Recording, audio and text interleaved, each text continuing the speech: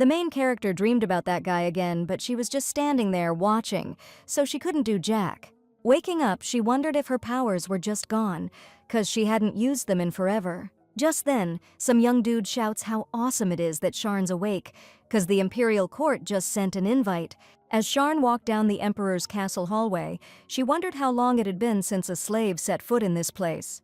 About 10 years ago, her homeland, Sursen Island, got conquered, and 3 years later, she and Pachan got caught and sold into slavery. Once all the servants and slaves were in the inner palace, the head housekeeper, Catherine, announced she'd gathered them there for a reason. She explained the Emperor was coming back real soon, so the palace desperately needed advisors, attendants, and maids.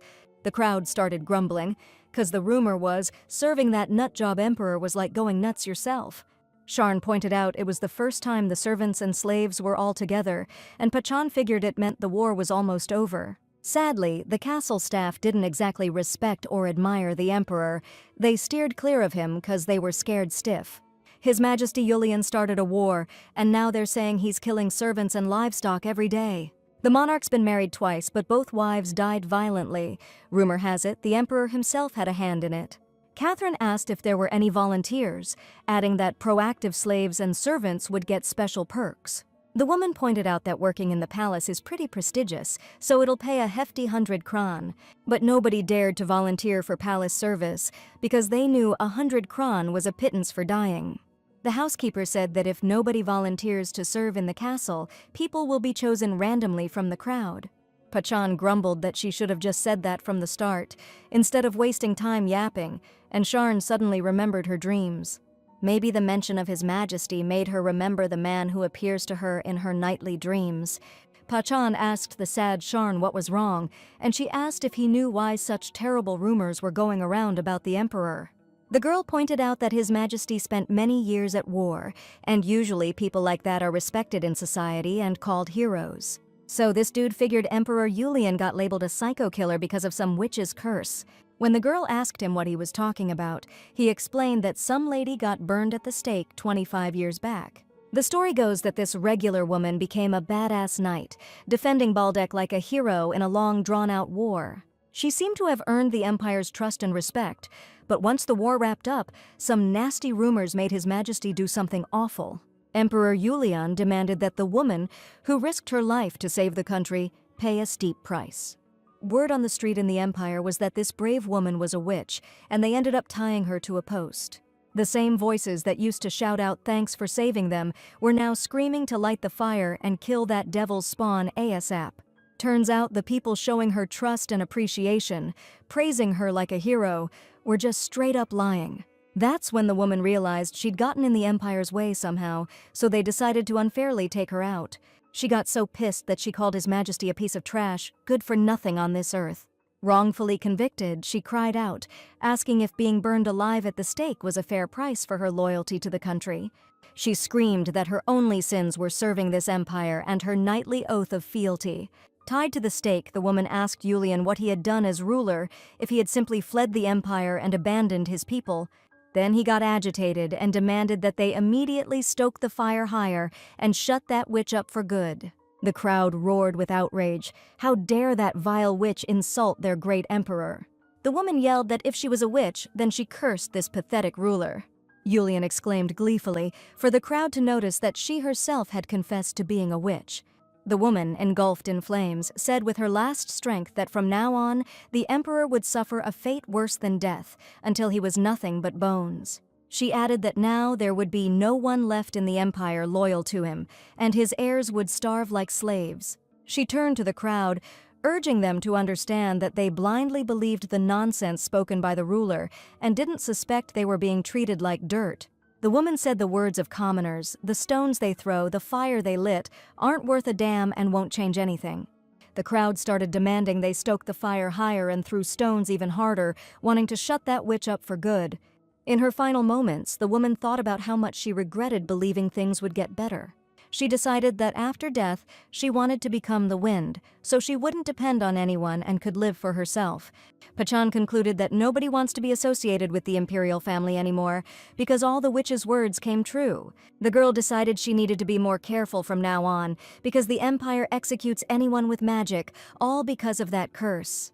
The girl said she was going home to change. Then Pachan asked her to grab his clothes too. Sharn knew perfectly well it was dangerous working for the cursed emperor, but on the other hand, they paid 100 kran a week for it. She imagined that thanks to this, she could save up enough to buy her freedom from slavery and pay off her parents' debts. The girl was secretly happy that she'd finally be able to call herself a free woman and not depend on anyone. The sharp smell of blood suddenly hit Sharn's nose, and before she could even blink, someone pressed a cold sword to her neck. Just then, one of the maids told Catherine that His Majesty had arrived and said he was heading to the training grounds alone. She protested, saying it was impossible because it was promised that the emperor wouldn't arrive for another 3 days. But nonetheless, the man in blood-splattered armor pressed his weapon to the slave girl's throat and asked who she was and what she was doing there. The girl's eyes finally adjusted to the darkness, and she could make out the corpse of a horse behind the sword-wielding man. At that moment, Sharn realized that standing before her was none other than the murderous emperor himself. The man insisted she confess what she was doing there, but the girl was terrified by the dark aura radiating from the threat. She blurted out that she'd ended up there completely by accident. The man smiled and replied, "That's what they all say." Then the slave girl decided to run, because she was sure she was about to be brutally cut down. Reaching a rake, the girl grabbed it and shouted that if the man took even one more step towards her, she'd slice him open. Sharn was wondering how much closer he'd get, and how to ditch this creep. The guy was thinking, what a small, pathetic creature she was, especially since she's just a slave. Sharn called the man a psycho and asked why he killed the horse, since it was an imperial steed. He replied that he gave the animal a glorious death, and she wondered if this killer thought she was a complete idiot. She couldn't figure out what he was playing at. Did he really expect her to buy that the animal asked for it? Sharn's patience snapped because she finally realized this crazy dude was talking total nonsense. She swung the rake to scare him off, but the guy reacted fast and grabbed the end of it. He lifted her with one hand and said the steed ate poisonous berries during the fight, and an imperial horse deserves an honorable end. The girl was in shock and couldn't believe she was facing an imperial knight, and just then, Pachan's voice rang out. The guy ran to the scene and hugged Sharn, noticing the empire's crest on the blood-stained armor of the man standing nearby. When Pachan whispered in terror that it was an imperial knight, the girl realized she was toast for threatening him with a rake. The killer kept coming, and she knew she wasn't ready to kick the bucket. Not here, not now. Sharn decided to bolt. For a distraction, she scooped up a handful of dirt and chucked it right in the guy's face. The kids managed to escape, and Pachan wondered if they'd done the right thing, since it was an imperial knight. Sharn was amazed Pachan could ID the Empire's emblem on the attacker's armor so fast, in the dark, and through all that blood. The girl felt awkward because at first she thought he was just some evil spirit, so she attacked him with a rake. Sharn asked if they could pretend it never happened. Pachan guessed, what if it wasn't a knight, but the emperor himself? He's blonde too, right? The girl scoffed, saying that was total garbage because everyone knows His Highness isn't due back at the palace for 3 days. Moments later, the word came down that the honor guard had finally arrived, and leading it was the emperor himself. Sharn saw that at the head of the column was the same blonde dude who'd attacked her and was covered in horse blood. The guy spotted a girl in the crowd and smirked, while Sharn couldn't believe what was happening. But that same night, she found herself tied up in front of the very man she'd been throwing dirt at. The guy called her a rat and said he'd caught her to finally find out who she was and what she was up to. Later, disguised as a palace maid, the girl would wheel a cart of food through the entire imperial palace. As she went, she overheard servants talking, wondering why Emperor Julian had suddenly decided to return. Some thought His Majesty sensed danger because the Chancellor had been ruling for years after his father's death. They claimed bloody winds were coming to the Empire soon, but Sharn decided to ignore the rumors since they weren't important to her. Entering the stable, Sharn called out to Pachan, saying she'd brought him food because she'd been helping the palace servants today. But the room was empty, and Pachan's bed was made. The girl was surprised because the work had been finished a long time ago. A stern male voice asked who she was and who hired her. Sharn had no idea what he was talking about. He figured Chancellor Albert put her up to spying on him, but she denied everything. She hit the ruler with a question. How could someone of his status even bother with a slave? His Majesty ignored that and asked, dripping with sarcasm, if that's why the slave tried to take a swing at him and bolted from the fight. The guy added that everyone knows Albert's got eyes and ears all over the palace, even among the slaves. She blurted out that she had no clue he was the emperor, especially since he offed his horse so casually. The guy pressed, asking if she thought he was a murderer. Sharn stammered that she's just a slave and the emperor shouldn't even listen to her. She added that she was out of line and just misunderstood, and that His Majesty gave his steed a noble end. The guy muttered that she's not the only one Albert bought off. Sounds just like the Chancellor, always looking for an angle. The Emperor revealed that his warhorse was highly trained and served for years, but the second he got to the palace, he chowed down on some poisonous berries. The young ruler concluded that it was a weird coincidence, and that the Prime Minister is clearly trying to take him out. The Emperor said the slave tells pretty lies, but he's curious if her story lines up with the guy who worked with her that night. He gave the order to his aide, and then they led Pachin past the tied-up Sharn and the Emperor. The guy just managed to shout Sharn's name happily before they dragged him into some room. The girl was horrified because she heard a lion's roar, and His Majesty said it was up to the guy whether he lived or became Lion Chow. Sharn was totally confused. Did Emperor Yelian think she was a dude? The girl figured the Emperor thought that because of the manure smell and the men's clothes. Just then, the lion came out of its cage and went straight for Pachin. Luckily, there was a rake nearby, and the guy grabbed it like a weapon. The girl begged the Emperor to let the poor guy go because he was innocent, and to punish her instead. His Majesty said with a smile that no one's holding the slave. He's already free, but he needs to prove he's not guilty. The lion kept coming, jumping, and roaring like crazy. Pachin was swinging the rake at the animal, but it was clear his chances of survival were zero.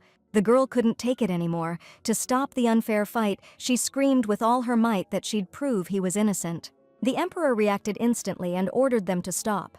The lion immediately calmed down, and Pachan finally caught his breath. His Majesty asked Sharn to begin. She said that she and her brother were just simple slaves. The girl added that for 3 years all they did was feed the horses and clean up their mess. They weren't allowed to leave the estate. She clarified that neither she nor her friend had ever seen the Emperor, and asked him to consider how either of them could be spies. Suddenly, Sharn went silent and realized those words weren't enough to prove anything. She had to come up with a solid answer, or her friend would be killed because of her. The girl mentally begged herself to think of something convincing to say to the Emperor, when she suddenly remembered the man from her dreams. It dawned on her that the man from her dreams was the Emperor, and the feeling of dread after the dream was a premonition of today's incident.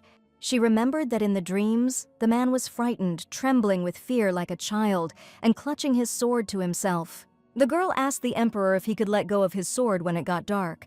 She said she could help him fall asleep peacefully. The young ruler scoffed, saying it was all bull because he wasn't afraid of nightfall at all. Sharn said she knew a way to make His Majesty actually look forward to darkness.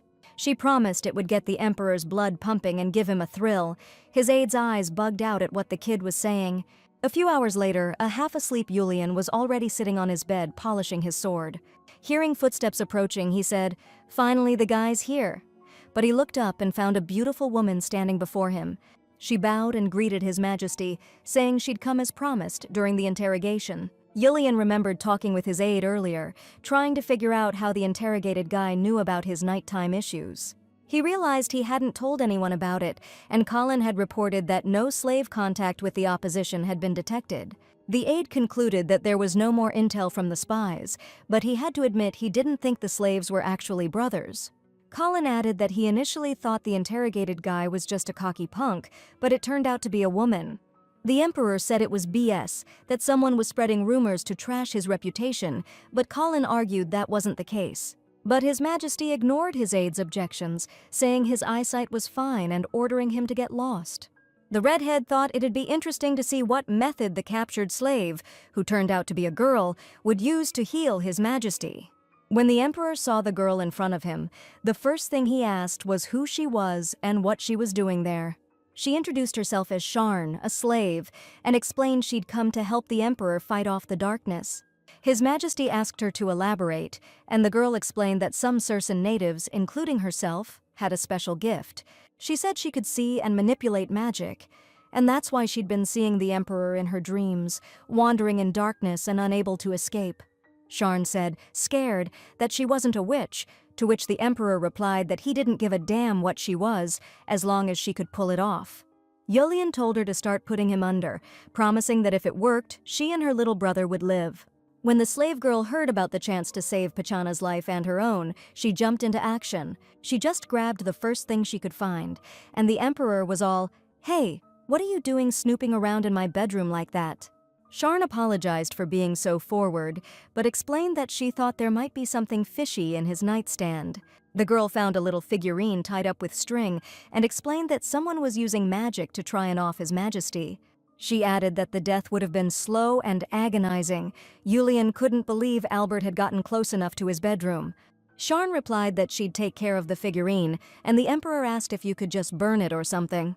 The girl explained to him that dark magic backfires when someone discovers it. She clarified that if a spell is cast, the effect is usually only on the target, but now the target of the spell has changed.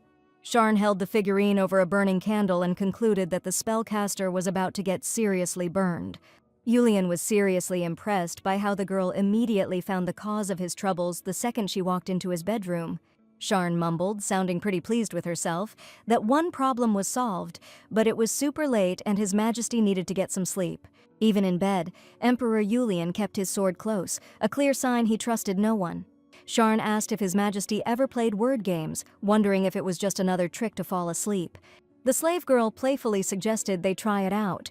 Yulian thought it was pretty reckless of her to risk her life for a joke. Sharn announced she'd start and said the first word, but the Emperor didn't respond. The girl asked if she was playing by herself, then Yulian grumbled a word starting with the last letter of hers.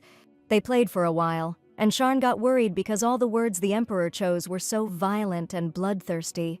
But His Majesty seemed to like the game and even started to crack a small smile. Gradually, the Emperor quieted down and didn't answer the slave girl's word. Sharn told him to take his time and think. When His Majesty finally drifted off, Sharn brought her glowing hand close to his face to cast a spell. The girl was sure that after this, the Emperor would sleep soundly and have peaceful dreams.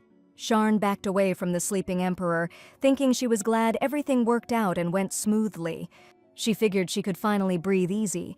Now she and Pachan definitely wouldn't be fed to the lions, and the guy would be sprung from jail tomorrow. Waking up in the morning, Yulian couldn't believe he'd actually managed to get some shut-eye. He glanced at the sleeping slave girl and remembered hearing a woman's voice reciting something like evening prayers over him in his sleep. His Majesty was blown away that he didn't even have nightmares, and decided to go over to the slave girl. His approaching footsteps woke her up, and the Emperor happily announced he'd come up with the word he was supposed to say during the game. Sharn was stunned. Then His Majesty announced that for her excellent performance she deserved a reward. The girl's eyes lit up with happiness, and she now thought that there's nothing more important than sleep in human life. She started racking her brain, wondering what to ask for as a reward, her favorite food, or to be freed from slavery. But the Emperor had his own idea of a reward. He announced to the slave that from now on, she would be on night duty as his personal attendant. Sharn was stoked about the new gig at first, but then she realized she was getting more responsibility than she bargained for. She used it as a get-out-of-jail-free card, but the perks of this new position are definitely sweet, especially considering her situation. Yulian snapped, asking if a slave was seriously thinking about the Emperor's offer and stalling on an answer. Sharn swore it was a huge honor to get the appointment and reminded him she was just a humble pagan slave. She wondered if someone like her should really be hanging around His Majesty all the time. Yulian asked what the big deal was about him taking a regular slave on as a handmaiden. The girl replied that the Chancellor wouldn't let it slide and would definitely make a fuss. Yulian blew up and asked if the slave was actually asking the Emperor to get permission from the Chancellor.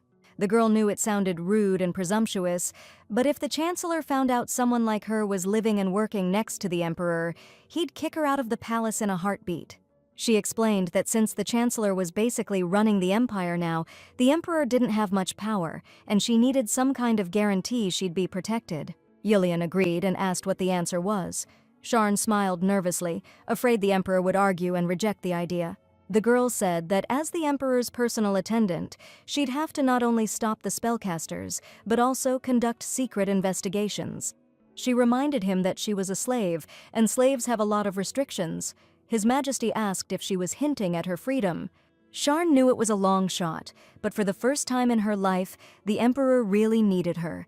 The girl wasn't about to miss her chance to end her life of servitude, and said that someone like her wasn't worthy to be near His Majesty. Emperor Julian smirked, and the girl immediately felt slighted, wondering if he was laughing at her. Then Julian stepped toward the girl and said that even though he was the bright sun, a plain slave like her would do just fine. At that moment, Sharn wondered if this was really just a normal conversation, but why did she feel the Emperor's dark aura? Colin rushed into his lord's office and asked how he had slept the previous night. The Emperor joked that his assistant always runs to him like a little puppy, so his visit isn't exactly unexpected. The redhead didn't even get offended, just said dogs have a natural nose for weird stuff. He asked him to consider their long friendship and spill what happened last night and how the slave managed to knock him out. Julian said he hadn't slept that well in ages. Colin chimed in that his lordship looked refreshed and asked him to elaborate. The Emperor asked how the aide knew the slave was female. The redhead said it was an accident, basically. He explained he figured the slave they were questioning might be hiding something, so he peeked into the bathhouse and saw a woman's silhouette. His Majesty clarified, asking if the aide was saying he saw his slave naked. The guy said the maids were covering up the important bits. Then he wanted to know why his lordship was calling the slave his. The Emperor didn't answer and told Colin to shut his trap. He ordered him to head to the training grounds, check the condition and quality of the weapons and armor, and oversee the training of the war horses. The Emperor smirked and added that he was also tasking him with inspecting the soldiers' bare bodies. Colin exclaimed that was inappropriate. Julian added that the soldiers' bodies needed to be examined from head to toe to look for any wounds or bruises, problems under the fingernails, or other sensitive areas. The boss said that a superior officer caring about his subordinates was a good thing, but Colin wondered if he'd screwed up. His Majesty protested and explained that he just wants his assistant to be a sensitive and considerate leader. In that moment, the redhead remembered how furious the Emperor got when he heard his slave was seen without her clothes. He finally understood why these orders were suddenly coming down, remembered his master's difficult personality, and decided to beg for forgiveness. At that moment, the maids finished helping Sharn transform and began whispering to each other, admiring the resulting look. Catherine remarked that it turned out pretty good, even if it's a little on the masculine side. One maid whispered to her friend that the dressed-up girl now looked like a foreign noblewoman. Catherine said it was time to go to Emperor Julian since they couldn't keep him waiting. On the way, she told Sharn that only one person in the world could accurately determine her true nature. She clarified that if the Emperor says a rock is a pearl, it'll become one the next day, just like the slave right now. The woman warned Sharn to be endlessly grateful and not even dare to take her eyes off His Majesty. Catherine knocked on His Majesty's chambers and announced that she had brought a new servant. When Sharn entered the Emperor's room, he complained about what was up with the clothes on the southern island. With a displeased look, the Emperor ordered the girl to come closer and pointed to the paper he was holding. The young man said that these were the shackles of his future servant and held the document to a burning candle. The girl was shocked that the Emperor personally burned this document confirming her enslaved status. He declared that from this moment on, Sharn was no longer a humble slave and had every right to be near him every day. Tears of joy welled up in the girl's eyes. She was eternally grateful to her lord because now she could return to her homeland and work. But Sharn's joy was interrupted when His Majesty handed her another contract. It stated that her service would end when the incurable disease was cured and a new empress was found. "This is insane," she protested. "There's no guarantee this'll even happen. This contract is basically indentured servitude." The Emperor calmly told her to stamp the document at the bottom, but Sharn replied that she didn't have her seal with her. His Majesty grabbed his sword and smirked, declaring that her blood would suffice. He grabbed her arm and started pulling her towards him, but Sharn resisted with all her might. The struggle ended with her twisting her ankle and accidentally landing right on the Emperor's chest. When Sharn realized she was sprawled across His Majesty, she jumped back like she'd been burned. She started begging for the Lord's forgiveness, but he just glanced at her, flustered, and abruptly turned away. Sharn was surprised by this reaction, since everyone knew the Emperor had been married twice, but both wives had died young. The girl looked at His Majesty and thought that right now, he didn't look like some demon on horseback, cutting down everything in his path. She said that if His Majesty really needed a seal, she could just draw something at the bottom of the document. Yulian said nothing was needed and asked her to sit next to him. Sharn blurted out that she'd heard the housekeeper was paying 100 kran a week to anyone who served in the imperial palace. The young man calmly mumbled that he'd pay her 1,000 kran a month as his personal maid. The emperor, hearing the girl's exclamation, asked if that wasn't enough, and Sharn asked where to sign. The emperor said there was no need for a signature. A blood oath would suffice, explaining that in the East, they drink wine mixed with each other's blood. This shows the unwavering loyalty of subjects to their lord, and he, in turn, swears to trust and protect his people. Sharn asked if the emperor was really sure he wanted to make a blood oath with her and pay a large sum of 1,000 kran monthly. The emperor declared that even though she was a former slave, she possessed magic, which forced him to value her fairly and pay her a decent price. Sharn thought that she had previously believed His Majesty was indulging her due to ulterior motives, but he was actually valuing her worth. She concluded in her mind that the emperor coming to her in her dreams was a sign from above. Right then, Yulian deliberately nicked himself with his sword and smeared the contract with his bloody finger. Then he showed the girl another document, insisting it was a guarantee she'd do her job properly. Sharn was horrified when she realized the emperor was holding Pachan's indenture papers. Yulian made it clear that if the maid slacked off or even thought about betraying him, he'd take care of her friend. A month later, Sharn mentally listed her accomplishments: diligently learning etiquette, protecting the emperor's sleep. She wondered why she still couldn't visit Pachan, even though he was so close. The last time Sharn tried to see her brother, the housekeeper gave her a real dressing down. She said the personal maid of His Majesty couldn't leave the main palace without explicit permission, but the girl missed and worried about Pachan so much that she decided to ask the master directly for permission. At their first meeting, the emperor seemed like a regular guy, not the cold-blooded fiend she'd initially thought. When the girl got to His Majesty's chambers, she heard a commotion and decided to barge in without permission. She saw the room was a mess, and the emperor was on the floor clutching his head. Sharn realized he'd been cursed. The emperor writhed in pain, so the girl rushed over to help him. But his hand flung the maid aside, while the rest of the emperor's figure seemed to sink into darkness. The girl begged His Majesty to come to his senses and called out her name, but it was no use. He grabbed the girl by the throat, and she realized it was pointless to ask the emperor to come back to his senses, because he'd completely lost it. Sharn wondered if the rumors about the bloodthirsty emperor were true as he threw the maid to the ground. The girl figured it was all because of that dark band. She decided to try and remove it, but the emperor was way stronger. He kept choking the maid, and she thought that if this kept up, she'd pass out. With her last bit of strength, she raised her hands to her tormentor's face, and suddenly magic light poured from her palms. That did it. Emperor Yulian finally snapped out of it and saw Sharn lying on the floor with bruises on her neck. He ran his hand over her injured skin, saying he must have lost it again and almost offed his own servant. She thought to herself that the emperor looked so vulnerable again, and he apologized for his actions. Sharn found marks on her body like she'd been burned at the stake, then felt a sharp pain in her chest. It felt like her lungs were being torn apart by anger, deep resentment, and the feeling of being betrayed. She couldn't figure out who these feelings even belonged to, or who looked so sad in her dreams every night. Suddenly, Sharn opened her eyes, saw the emperor's worried face, and realized she'd just seen his dream. She wondered if His Majesty felt that kind of pain every night, and if whoever left that doll could have cast a spell. The emperor said they'd have to tighten security. Sharn apologized for letting her guard down after getting rid of the doll. His Majesty replied that if it were that easy, the Chancellor wouldn't have left this palace. He remembered Prime Minister Albert begging him to be compliant and take his meds, since he'd lost it again. Sharn touched his neck and asked the emperor if these incidents were a regular thing, since that's supposedly how the last empress died.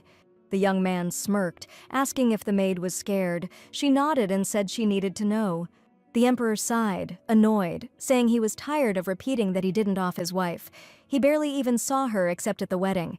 A month later, for some reason, everyone started saying the bloodthirsty emperor brutally murdered his wife and her maid. Sharn wondered if someone powerful, like Chancellor Albert, was trying to strip the emperor of his power. The young man asked why she hadn't run during the attack. She replied that she was His Majesty's maid and shaman. She reminded him that she swore loyalty and blood, and besides, as a maid, she needed to trust and protect her lord. The emperor was pretty shocked by those words, since he didn't expect to hear that from a maid who'd only been serving him for a month. Meanwhile, the girl was busy thinking that things couldn't keep going on like this. She figured finding and destroying that cursed doll didn't do jack, 'cause the real perp's still MIA. They're probably messing with the emperor's head somehow, and likely got rid of his inner circle the same way. Sharn asked the emperor to hang tight for a few, then started racking her brain on how to fix things after today's mess. She knew the emperor was basically a walking weapon right now, but breaking the spell was beyond her. Plus, messing with magic on someone else is super risky. Finally, she managed to find the right door, deciding the servant's side room would do just fine. She announced that from now on, she'd be by her lord's side every night, guarding his sleep. She mentioned she could stay in the side room, but the emperor said there was no need since it was all over. The young man asked to be sedated and for her to leave, but Sharn argued that it was only a temporary fix and wouldn't protect him. She explained that since the incident happened because of witchcraft, they needed to fight fire with fire. His Majesty was surprised how the servant still cared about protecting the emperor after he tried to, deal with her so roughly. Sharn said she could handle anything just like today, but Yulian got pissed, saying she was just putting on a brave face. He asked if she'd rush to defend him with a sword in her hand, and Sharn shouted back that she'd do it without a second thought. Emperor Yulian asked rhetorically why a servant was raising her voice at him. Once everyone calmed down, Sharn said in a calm voice that she knew a way that would work. She solemnly announced to the emperor that they would unite, becoming one in soul, mind, and body. His Majesty didn't get it at all, and confusion was written all over his face, so he decided to ask what it was for. Sharn stammered that uniting would help figure out what this magic was and where it came from, and the emperor told her to back off. The girl rattled on, saying she didn't mean anything crude, that it wasn't about a man and a woman getting down and dirty. He said she didn't have to be embarrassed or explain herself, but Sharn insisted that the emperor had totally misunderstood. She asked how a simple girl like her could have those kinds of thoughts about the emperor, since he wasn't even a man. The emperor's face darkened, and he asked what that meant. Sharn replied that she was talking about a unique type of protective magic. His Majesty pointed out that wasn't what he was asking about. Then the girl realized he meant her intentions. She said that she actually made a pretty decent suggestion, but Yulian's face twisted into a displeased grimace again. He clicked his tongue in annoyance and reminded the maid how she'd just declared that the emperor wasn't a man. Sharn asked if that even mattered right now, while thinking about how to avoid saying something she'd later regret. The girl stated that she meant His Majesty wasn't just a man, because he was the son of the great Baldec Empire. She started showering the monarch with compliments, but he just sighed in annoyance, saying the maid had a long tongue. He added that it sounded weird, like she'd happily set up shop in the heart of any commoner, but not the emperor. The girl replied that she wasn't planning on letting anyone move into her heart anyway, because she has Pachan. Emperor Yulian exclaimed happily that that was great news, and Sharn looked at him surprised. Then she announced she was about to explain the protective magic that would make their bodies and minds one. She said that His Majesty would need to drip his blood onto a silk thread that had never been used before. Before going to sleep, the emperor would tie this thread to his ankle. Sharn explained that she would do the same, but on her foot. She stated that the effect wouldn't be immediate, but if they did it consistently, sooner or later it would work. The girl clarified that they would have to stay in the same room for this. The side room for a servant in these chambers is empty anyway. For some reason, Yulian didn't like the servant's idea. He asked if he understood correctly that she wanted to shift the target of the curse. The girl happily confirmed this, because if she took the curse upon herself, she could dispel it and heal. But the emperor objected. He said that maybe he didn't know much about magic, but he thought it would be dangerous for the servant. At that moment, Sharn remembered that depending on the type and intensity of the magic, the body could be destroyed. But His Majesty's curse isn't life-threatening, it's more like a little mind-bending. Besides, His Majesty doesn't have an heir yet. It wouldn't be smart to off a direct descendant of the imperial family. Sharn asked the emperor to make a fist, then asked if he saw how much safer it was to control that fist like that. She stated that first and foremost, if she's in danger, Emperor Yulian will take care of her, just like today. His Majesty remarked that his personal maid really does have a silver tongue. Then he asked them to consider that they wouldn't be loyal to Sharn until they saw some benefit from her. The girl assured him he had nothing to worry about, when she suddenly realized this was the perfect time to ask a favor. She asked if she could leave the palace for a bit, seeing as she'd been diligently studying etiquette and helping the emperor fall asleep for a whole month. His Majesty gave permission, but warned her not to tell anyone she used to be a stable hand. The girl thought her co-workers would figure it out anyway, but she didn't say it out loud, agreed, and promised to return soon. Head housekeeper Catherine saw the emperor's maid hightailing it somewhere, kicking up dust. She decided to head to His Majesty's chambers and let him know that Chancellor Albert is throwing a banquet tomorrow night. She mentioned all the aristocrats from the inner circle would be there, and Princess Stuart will be presented. The emperor pointed out she took Albert's name and asked if the prime minister didn't have another unmarried daughter lying around. Catherine wondered if, even without a kid, he could, make one and use it to his advantage. She informed him that Princess Stuart joined the Duke 3 years ago and received an education fit for an empress. Julian chuckled, reminding her that the second empress died 3 years ago, and asked if they were already hunting for wife number 3. Catherine replied that it would be odd to give the empress's position to some other family. His Majesty remarked that there wasn't another option, since they already had 2 high-profile families offering up their daughters. Emperor Julian declared that now the Prime Minister could easily put his daughter in that spot, since nobody else wants it. The guy added that if it goes down like that, he'll be completely cut off. The housekeeper reminded him that he can't go against the Prime Minister's wishes. He said he was in, and asked Catherine to get Sharn ready for the banquet tomorrow. The young man said he had to play his part and was looking forward to Albert's performance at the banquet. He asked if Catherine had taken care of Sharn's background, and she confirmed she had. All the slaves and servants who knew her before are gone from the palace, but she hasn't left the castle walls in 3 years anyway. She said not many people know about the girl, but it's probably not enough. The chancellor's probably already figured it out. The emperor, looking pleased, declared that was enough. Then Catherine casually asked where he'd sent Sharn. The woman pointed out it was time for the emperor to sleep. He replied that the maid had asked to step outside the palace briefly. Catherine sighed, muttering that the maid went to meet that guy after all. His Majesty asked again, did Sharn really go see a man? Catherine said she'd told her to be careful several times. The woman concluded that Sharn didn't listen and went to see the guy who's now pushing up daisies. Just then, the girl threw open the door, yelling happily that she'd finally made it to Pashan. But the dorm was empty. She thought it was weird. He should definitely be here at this hour. She made a mental note that she hadn't run into any of her old co-workers on the way either. Suddenly, some random dude asked who she was and what she wanted. The girl turned and saw just a regular employee, definitely not a slave. She asked him where everyone else was. The guy said everyone who worked here got sent to the work camp. No one knows what they did to deserve getting shipped off to the mines. He explained that people work in the mines till they drop dead, getting beat down every single day.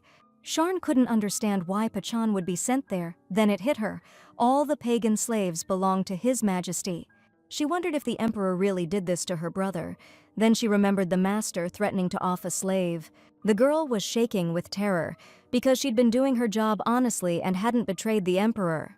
She decided it had to be a misunderstanding. His Majesty couldn't do something like that without giving her a heads up. She figured the emperor was a man of his word. He even seemed worried about her today. Leaving the empty dorm, Sharn decided that as his personal maid, she had to trust her lord, no matter what. A memory popped into her head, their first meeting, when he thought she was a dude and asked why he was creeping around like a rat. Then she remembered how the emperor sicked a lion on her countrymen and then said whether that guy lived depended on what he said. She wondered what her faith was even based on, since at first she'd just been over the moon. Finally, she was enjoying freedom from slavery and a monthly salary of 1,000 coins. She burst into tears on the floor, hating herself for not worrying about Pashan's safety first, instead of just carelessly enjoying her new position. Sharn and Pachan had been inseparable since childhood, so it seemed like it would always be that way. It was hard to imagine anything happening to him. She blamed herself for what happened, mentally begged Pachan for forgiveness, and tried to figure out what to do now. Suddenly, a man's voice called out her name from behind. Sharn turned around and saw Emperor Julian. He glared at her and ordered her to get off the floor, saying it was unseemly. The girl looked at the emperor and asked if it was all a lie, if he hadn't killed Pachan, but the answer was unexpected. His Majesty called the maid not only greedy, but also quite insolent, and ordered her to follow him. He led her to the main training ground and informed her that it was located not far from the main palace. Sharn said she knew the place, as she had once cleaned here, and the Emperor asked her to look down. The girl saw her countrymen alive and well. His Majesty clarified that these were his gladiators.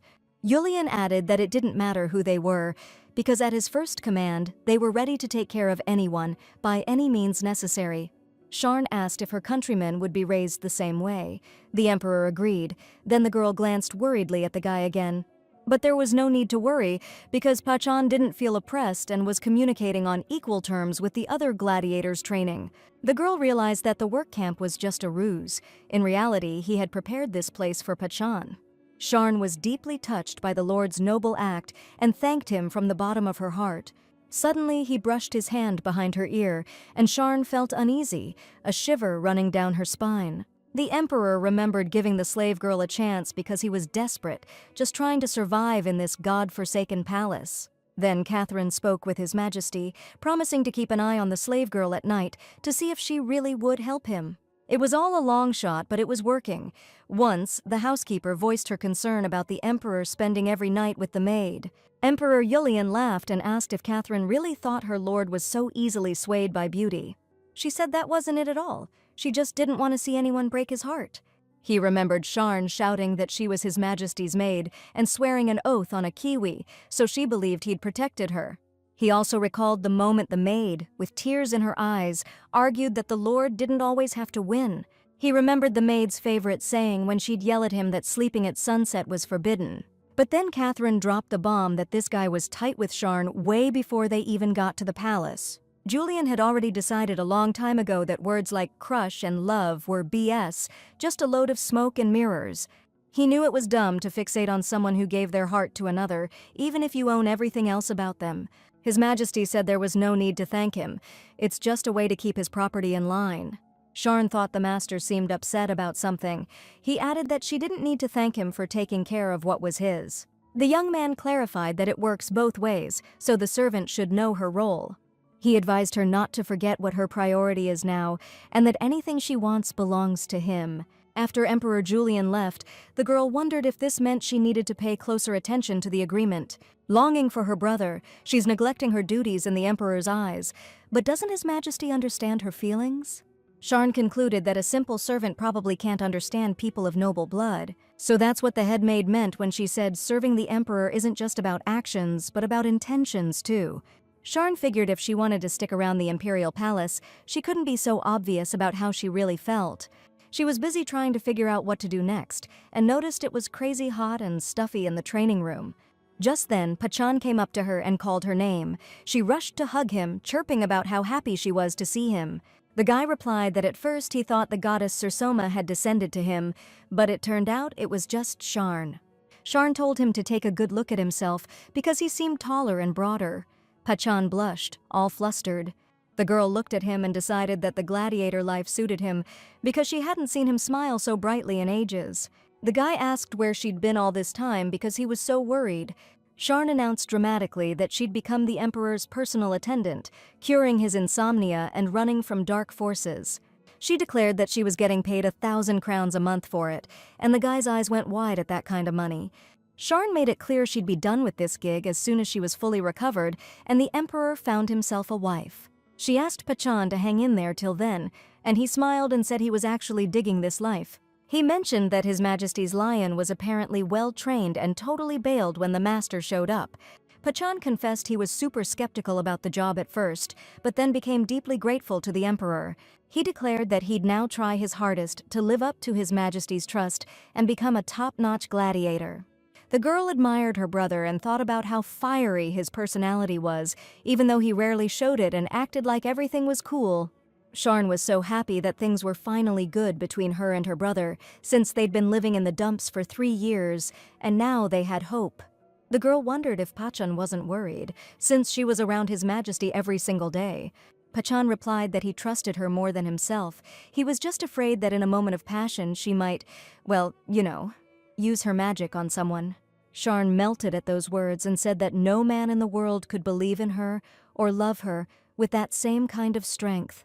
The guy asked if she remembered their promise that they'd get married when they returned to the island, but now they both worked for His Majesty.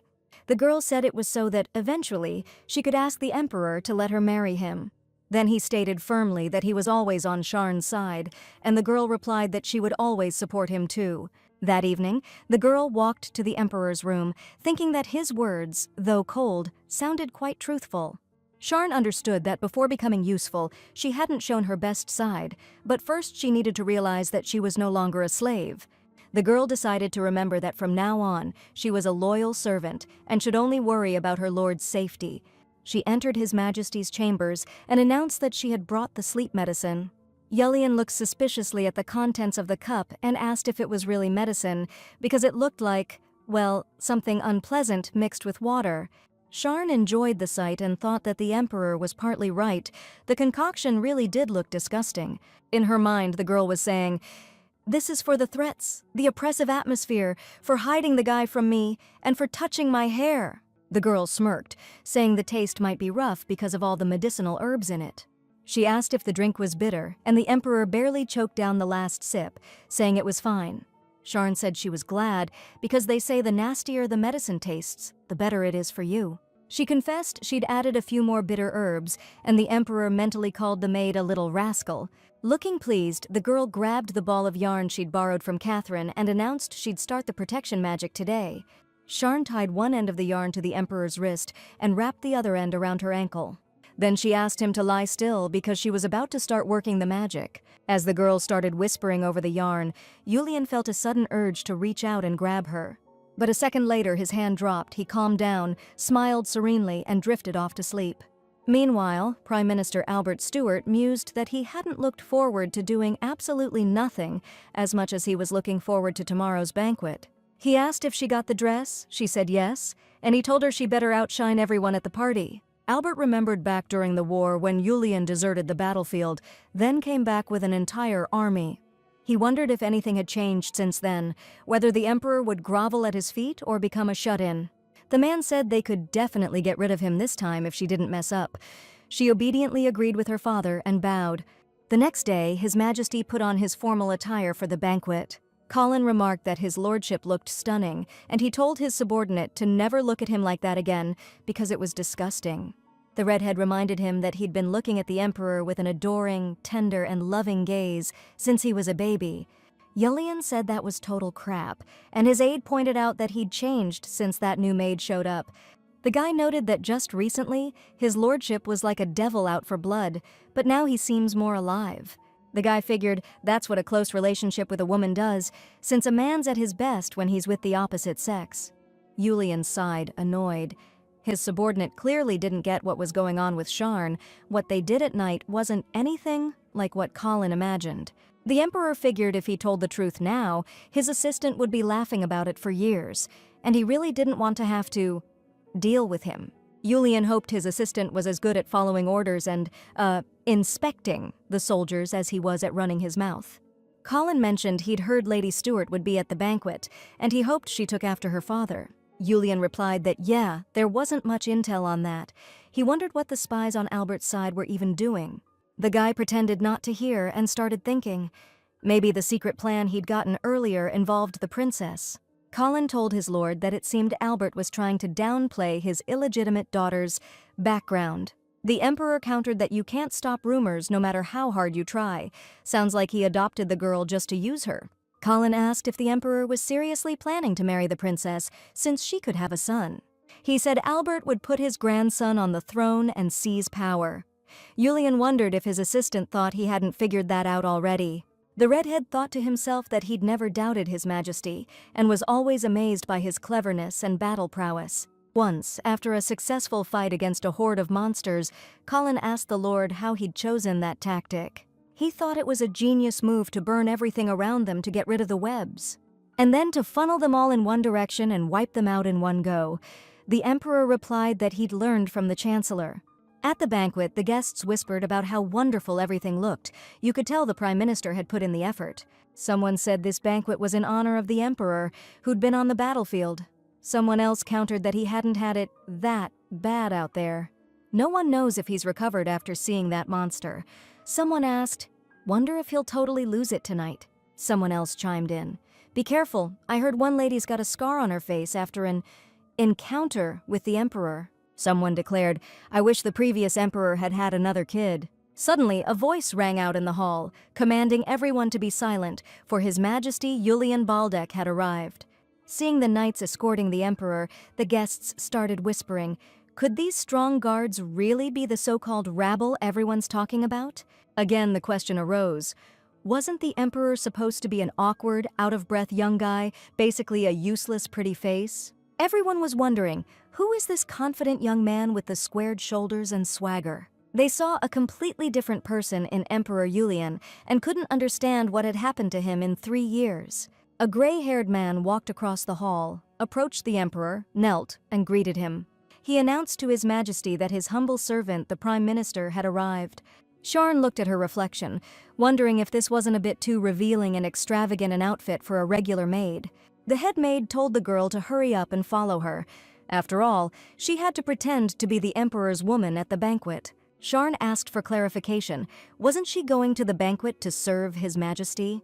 Catherine explained that at the banquet, the maid would have to play the part of the emperor's beloved. She added that they had to contain the forces threatening His Majesty's rule. Sharn asked if the head maid really wanted a servant girl fighting the nobles right now. She pointed out she'd only arrived at the palace a month ago, but Catherine reassured her there was nothing to worry about, since she only had one job. The woman said the emperor was being falsely accused of murdering his wives, and the nobles think he hates women. They think he's got issues with his mother abandoning him, and that he only got power because of his blood relation to the emperor. The nobles believe a crazy emperor who flips out at the sight of a woman isn't fit to rule. Everyone thinks Albert cares about the crazy emperor, but he's actually been messing with his head the whole time. Nobody knows that, though, and if his daughter becomes empress, all the power will be in the Prime Minister's hands. Catherine was afraid the emperor would only be needed until the new empress got pregnant. She said Sharn needed to show everyone the emperor's okay, that he's not freaking out around women anymore. At the same time, the girl had to show she was special, the one and only in the emperor's life. Meanwhile, at the banquet, the emperor was busy with small talk, everyone expressing their joy at his safe return from the war. But now that peacetime's here, it's time to indulge in favorite hobbies, like seasonal deer hunting. Albert answered for Julian, guessing he was already busy preparing the gladiators. The emperor replied it was just a bit of fun. His warriors were still kids, but the chancellor's gladiators were world-renowned. His Majesty mentioned rumors were going around that Albert was raising his own army, one that rivaled the imperial forces. Then the chancellor suggested a friendly match to compare gladiators, since his kids definitely had something to teach the emperor's little ones. The crowd buzzed, discussing how the Prime Minister was talking to His Majesty like an equal, disrespectful, even cheeky. Some remarked that even fathers and sons don't have such trusting relationships. Since Albert cares so much for the emperor, he has nothing to worry about. Suddenly, it was announced that Princess Diana Stuart, a lady from Duke Albert's house, had arrived. The sound of heels echoed through the hall. Everyone was on edge. This girl looked just like the last empress. Colin even thought it was her. Princess Diana was wearing the same kind of dress His Majesty's wife used to love. The Prime Minister's daughter, the future lady of the palace, bowed to the emperor and greeted him as the son of the empire. The girl told herself things were going great. She'd greeted the emperor like her father told her, and the nobles liked her. She happily figured all she had to do now was take the empty seat next to His Majesty. But what happened next shocked her. Instead of taking the princess's hand and greeting her, Julian knocked over a glass, spilling wine all over the chair. He said his hand slipped. It was an accident, and asked them to take the chair away since it was stained. The banquet guests started whispering again. Shouldn't the princess be sitting next to the emperor as the next empress? But someone told them to shut up or the chancellor would hear. The situation was awkward enough already. Meanwhile, the Prime Minister was furious that the little brat couldn't pull it off. Now Julian had given him an opening to move against him. The guy changed the subject, said he'd heard a rumor but didn't believe it, so he wanted to ask the emperor himself. He said people were saying His Majesty was keeping a slave girl around as a servant. The emperor asked if that was against the rules, and Albert added that the empire's son was allowed anything. He pointed out it could hurt the monarch's image, having someone around who used to shovel horse manure.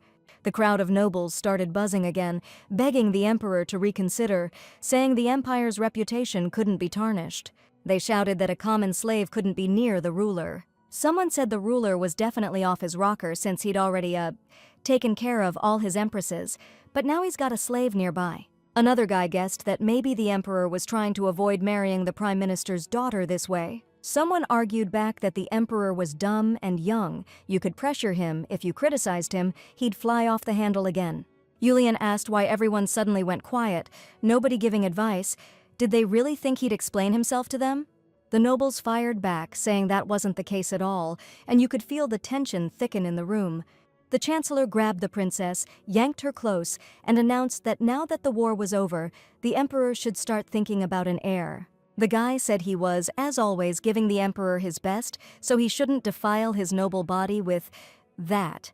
Julian said he didn't get what Albert was driving at and ordered Colin to read the prepared document. The redhead announced that Lady Stuart would remain in the palace for 100 days while they considered her qualifications to be empress. The chancellor was stunned that the emperor wasn't the docile, obedient kid he used to be, just doing what he was told. He said he'd eagerly await His Majesty's decision, but he was still curious about the situation with the servant girl. Just then, a woman's voice echoed through the banquet hall, greeting His Majesty and announcing that she had arrived. Everyone turned around, outraged, asking who she was and why she was wearing such a scandalous outfit. Some of them realized it was that no-good maid, since only pagan slaves would dare wear something like that. Sharn realized that all her time in the palace hadn't taught her how to face down aristocrats without freaking out. Then she remembered the headmaid's advice, picture them as horses. So the girl did just that, shook off her nerves, walked right up to the emperor, and threw her arms around him. She chirped sweetly that she hated His Majesty for leaving her all alone. Sharn added that he didn't have to worry about anything now because his darling was here, right by his side. A murmur went through the hall. People were baffled why the emperor wasn't having a fit after she jumped him like that. Someone remarked that the girl was a real beauty and didn't seem like a simpleton. She was probably nobility from Cercin Island. Besides, the emperor isn't mad or yelling at her. Either he's completely lost it or this girl's got serious pedigree. Looks like the prime minister's in shock, can't even process how screwed he is, and the princess is too scared to even look at her dad. The chancellor couldn't wrap his head around the fact that a stable slave who was shoveling manure yesterday is now next to the emperor. The guy was wondering if she was looking down on him too much, considering she used to be trash under the noble's feet. He sensed this mysterious energy around her and figured that's why the curse on the emperor didn't work. The prime minister decided to take her out before she became a real problem and said he was pretty surprised. He remarked that His Majesty managed to pick a good rock out of the stable, polish it up a bit, and turn it into a diamond. Julian thought the prime minister wasn't even trying to hide his intentions, acting like he was the emperor himself. His Majesty asked Albert if he wasn't taught that even stones can become a sword if you sharpen them right.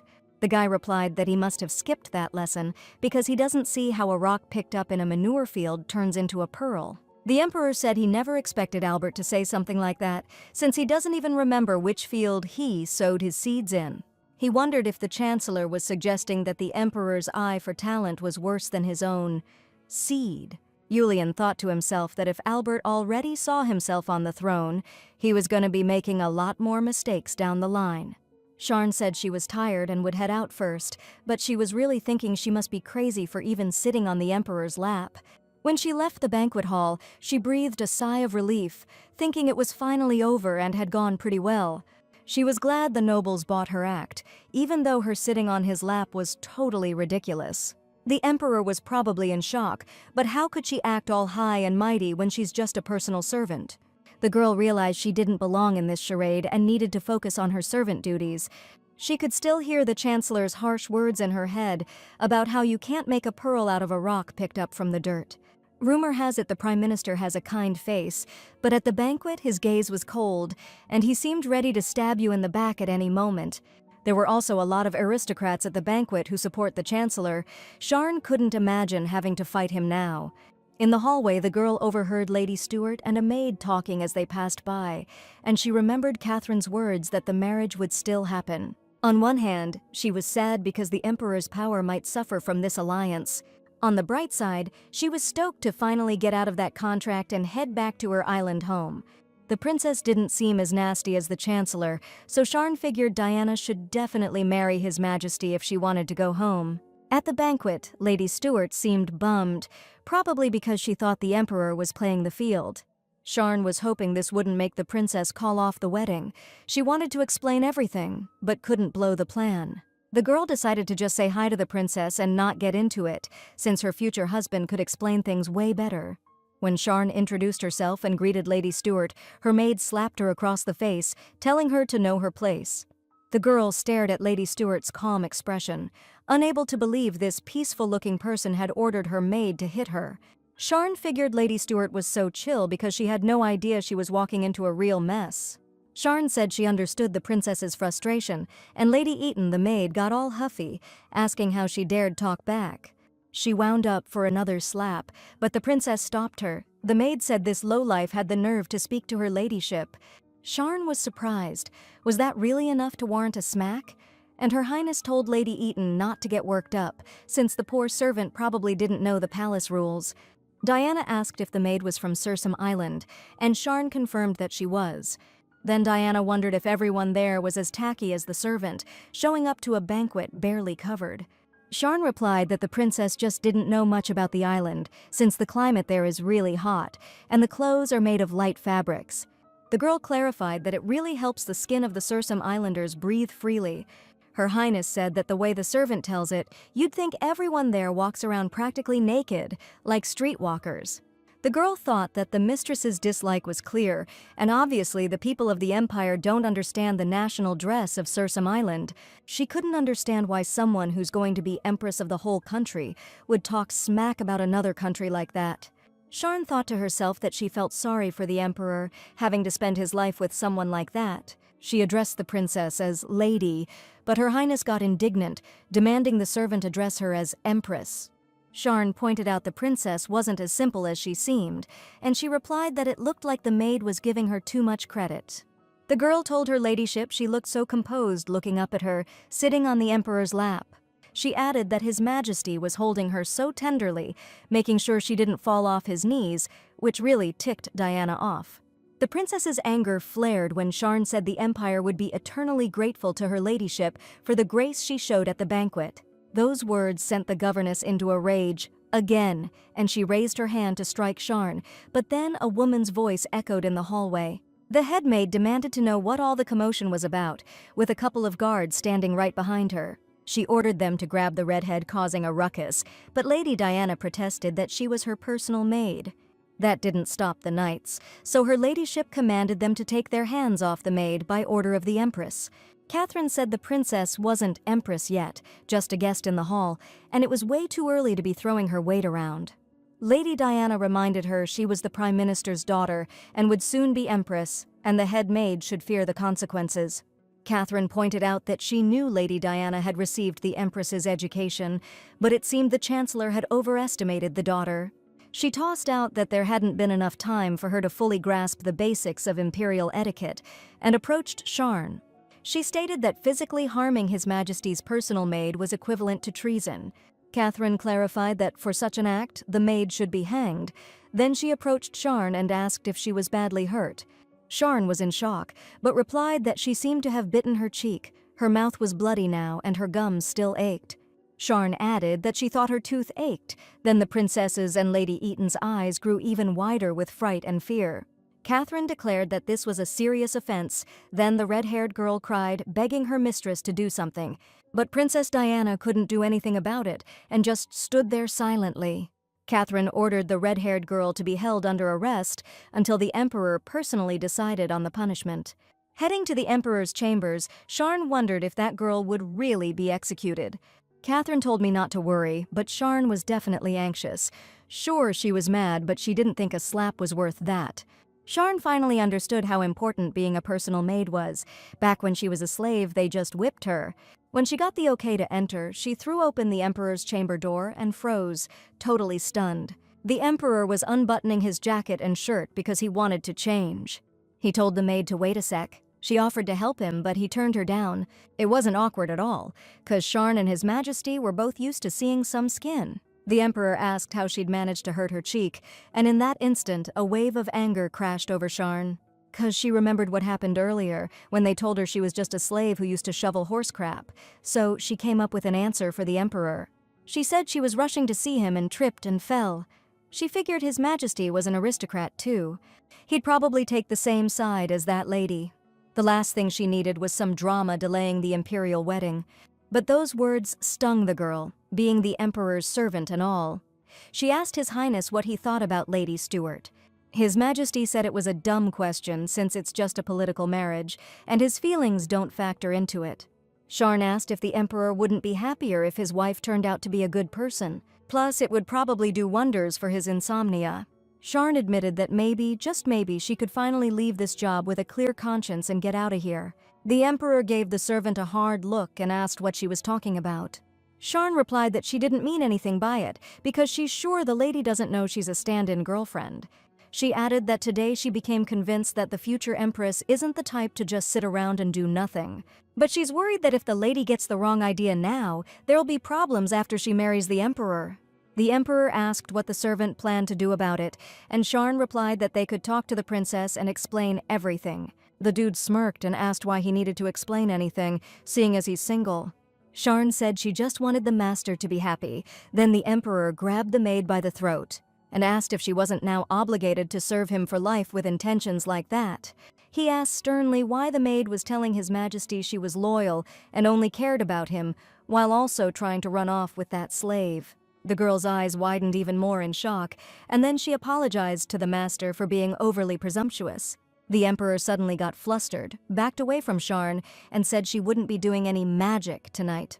The girl protested and asked why, but His Majesty insisted.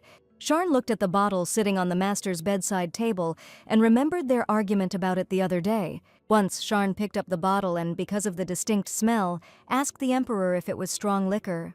He said it was, and the maid said he shouldn't drink it because it might mess with his medicine.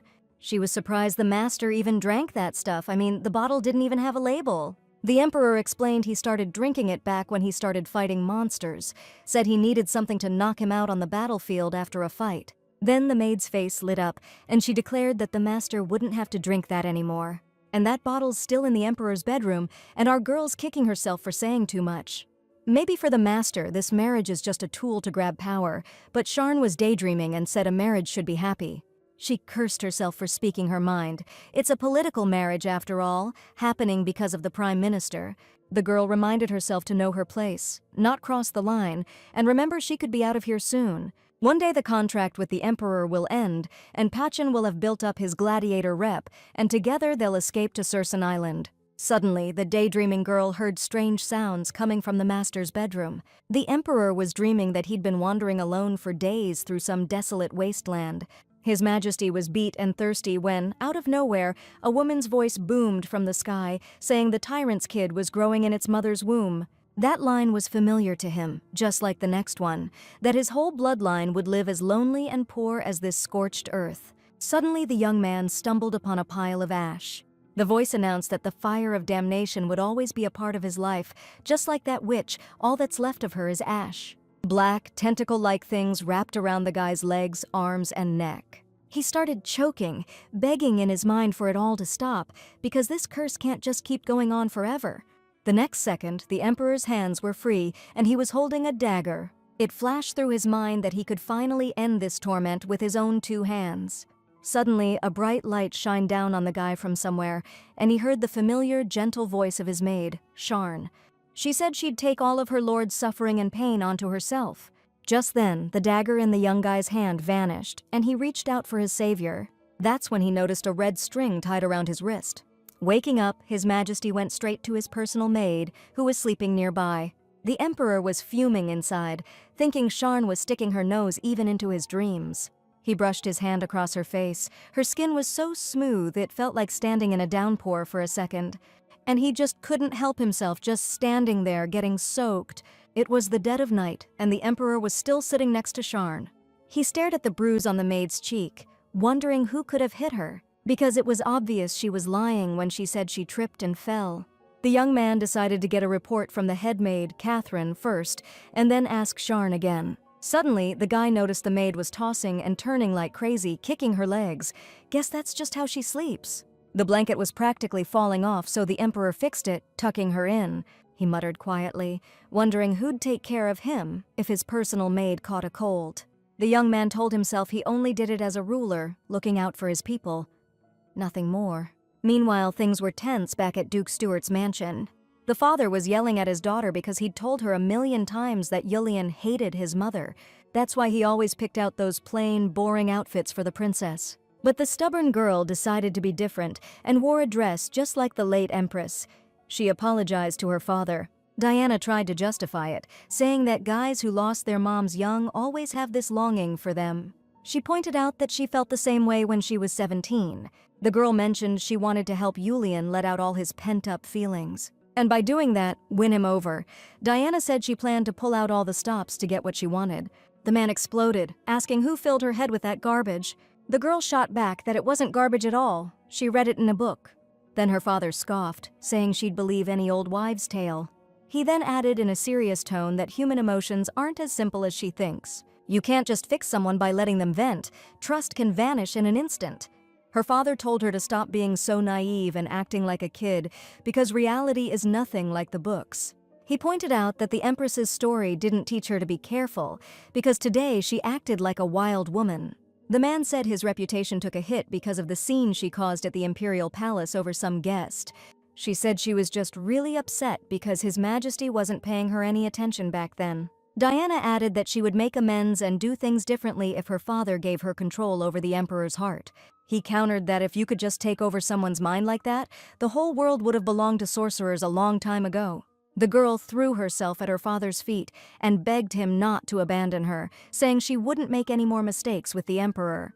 She cried, saying she didn't want to go back to those slums, and the man said that in that case his daughter needed to have Yulian's child.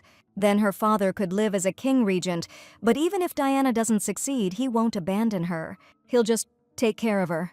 As he left, the man decided it wasn't worth believing his daughter would achieve anything, and that it was better to increase the magic's intensity. However, lately the magic hasn't been working well on the Emperor, probably because that slave girl is near him. The Emperor's assistant, Colin, shouted happily that the banquet operation was a success. Catherine said not to jump to conclusions. The redhead called the head maid Mom. He countered that the vibe at the event was totally different. You should have seen the looks on those old aristocrats' faces. The Emperor said it was all Sharn's doing. Even the pro-imperial faction didn't dare say a word against it. Colin smugly pointed out that things would be changing from now on, putting an end to the rumors about His Majesty freaking out around women. Catherine remarked that if any other woman had been sitting next to the Emperor, nobody would have bought it. She added that she'd initially had serious doubts about whether the maid could pull it off, but thanks to her beauty and magical abilities, she exceeded all expectations. Out of the blue, His Majesty asked who dared to hit his personal maid. Instead of answering, the head maid announced that she'd already thrown Princess Stuart's maid in the slammer. The Emperor asked which family that maid was from. Catherine replied that she was the heir of Baron Eaton from the western border. He's a real go-getter, wants to be in the thick of central politics, and he busted his butt to get his daughter a maid gig for the future empress. Colin pointed out the Baron's been working hard for the Chancellor, no matter how you slice it. While Catherine was chewing out her son, the Emperor wondered, wasn't this the Baron they sent troops to help defend the border? Colin confirmed it, adding that these soldiers were Celtic barbarians, fought like wild animals. The Emperor said that explained why the western border hadn't been breached once. Catherine remarked it was no wonder Albont agreed to promote Baron Eaton's daughter. The aide asked if it wouldn't be overkill to go after her just for a slap. Yulian pointed out that because his precious maid got roughed up, she lost 2 teeth. Catherine clarified, weren't her gums torn up and bleeding? Colin chimed in that it was a great story, good enough to kill for. A few days later, heavy pounding echoed through Baron Eaton's estate. The dust was crazy thick, fences and barriers were totally wrecked. The estate owner himself stormed up to the guard, demanding to know what idiot dared shoot at them. The rattled kid told the lord the attacker's flag had a white lion on it, and the Baron was just as stunned. Sure enough, His Majesty was standing right outside the estate walls with his whole army. Meanwhile, back at the Imperial Palace, Colin was asking Sharn if he really had to carry this huge crate all the way. The heroine said yes, and then thanked the guy for volunteering to help out. He pointed out it was the traditional dress of the Sursen Island people, then asked if she wasn't going to wear it anymore. Sharn replied that she was comfortable in her own clothes, but people at the palace saw national costumes differently. The girl added that she didn't want people in the Empire to get the wrong idea about the women of Sursen Island. Besides, the head maid gave her some clothes that were more familiar and acceptable to the palace crowd. Colin then asked what Sharn was holding. The girl explained the Emperor covered her with this blanket, but he left in the morning. She didn't know what to do with it, so she decided to take it to the head maid. The redhead said spring had finally arrived for the Lord. Sharn was surprised and asked him to explain. Colin said he hadn't seen His Majesty so kind and affectionate in ages. The girl remembered how poorly the Lord had treated her and said their relationship was complicated, to say the least. She said she had a hard time figuring out which side of the Emperor was genuine. The guy happily concluded that Sharn wanted to get to know him better. He declared that he knew the Emperor better than anyone, since he's been his childhood friend. So Sharn shouldn't hesitate to ask him anything about the Lord. The heroine wondered how the Emperor would react to his personal maid getting close to his childhood friend. Meanwhile, the Emperor's army continued to smash through the defenses of the Baron's estate. Since ancient times, firing cannons or catapults has been considered a demonstration of His Majesty's will. So he punishes subjects for treason. The Baron figured the Emperor was on to him, knew he was in cahoots with the Prime Minister. The guard asked if they should attack the advancing army, and the Baron blew up, asking what kind of garbage he was spouting. 3 years ago, nobody would have believed the Emperor wasn't just some scared kid afraid of the throne, or that he'd pose any real threat. The Baron knew those battlefield wins weren't just dumb luck. The war showed Julian's resourcefulness, his brains, everything. The nobles were sweating bullets, he'd bite it and leave no air. The Emperor cemented his place on the throne, building a loyal army from common soldiers, mostly just regular Joes off the street. First, the Baron panicked, then he realized the cannon fire was just a warning shot. The guy figured if he stalled any longer, His Majesty would definitely lose it, so he ordered the guard to open the gates pronto. He greeted the Lord and called him the son of the Empire. Suddenly, a pitiful woman's scream pierced the air, calling for her father. The Baron looked up and saw his little girl, Janice, begging him to save her. He asked the Emperor why his daughter was in such a terrible state and locked in a cage. Julian explained that there was an incident at the banquet. Lady Eaton had struck his personal secretary in the face. The guy lost 5 teeth and coughed up blood for days afterwards. The Emperor declared that he was very upset by this and came to announce that he intended to punish Lady Eaton. Even though the girl insisted it was just a light slap, the Baron was deeply disappointed in his daughter. The man was certain it was his fault, sending his daughter to serve the future Empress, only for her to fall into the clutches of a venomous snake. He knew that according to imperial law, his little one could be executed. Especially now that the gates were open, the Emperor had arrived with an army, and the Baron hadn't even had time to prepare because he knew nothing. The Prime Minister had to have known that there was an issue involving his daughter's maid. He knew the Emperor's plans inside and out, but he didn't warn Lord Eaton, didn't send him a single damn message. Did that son of a really decide to screw over little Janice just to get rid of Baron Eaton? All the guy could do was drop to his knees in front of the monarch, famous for being a real piece of work, and beg for mercy. He pleaded with His Majesty to at least spare his wife and daughter. Julian pointed out that it seemed Baron Eaton knocked up his daughter when he was 40. The Emperor added that it made sense why the girl acted so immature. Guess the Baron didn't have time to teach her everything.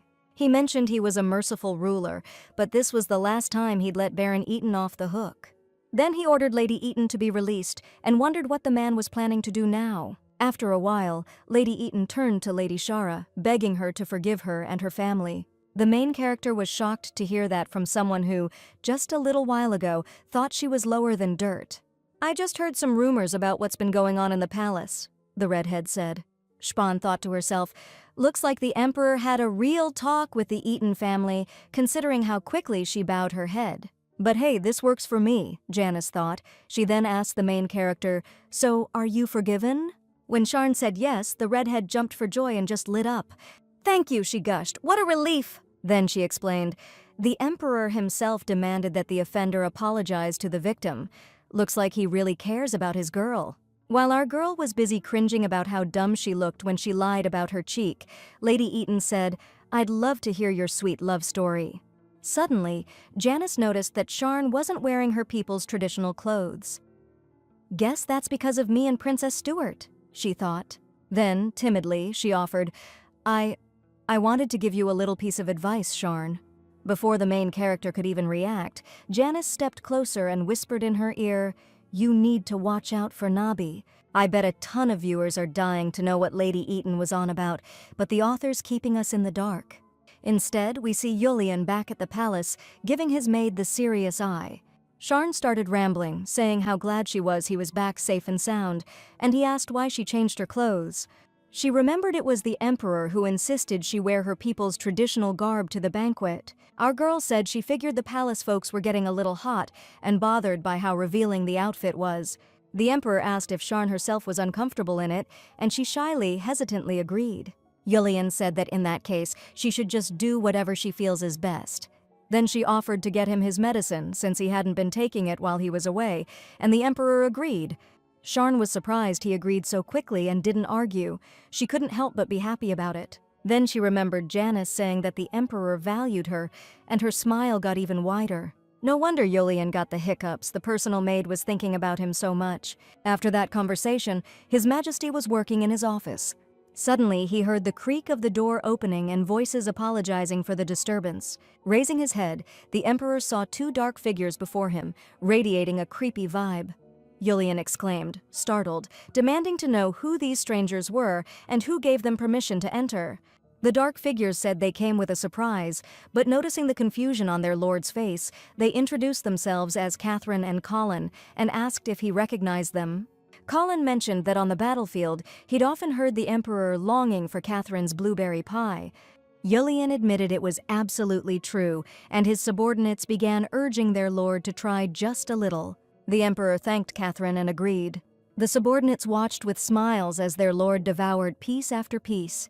Suddenly, a woman's scream echoed from outside the door, calling Colin's name. She'd smelled poison coming from His Majesty's study.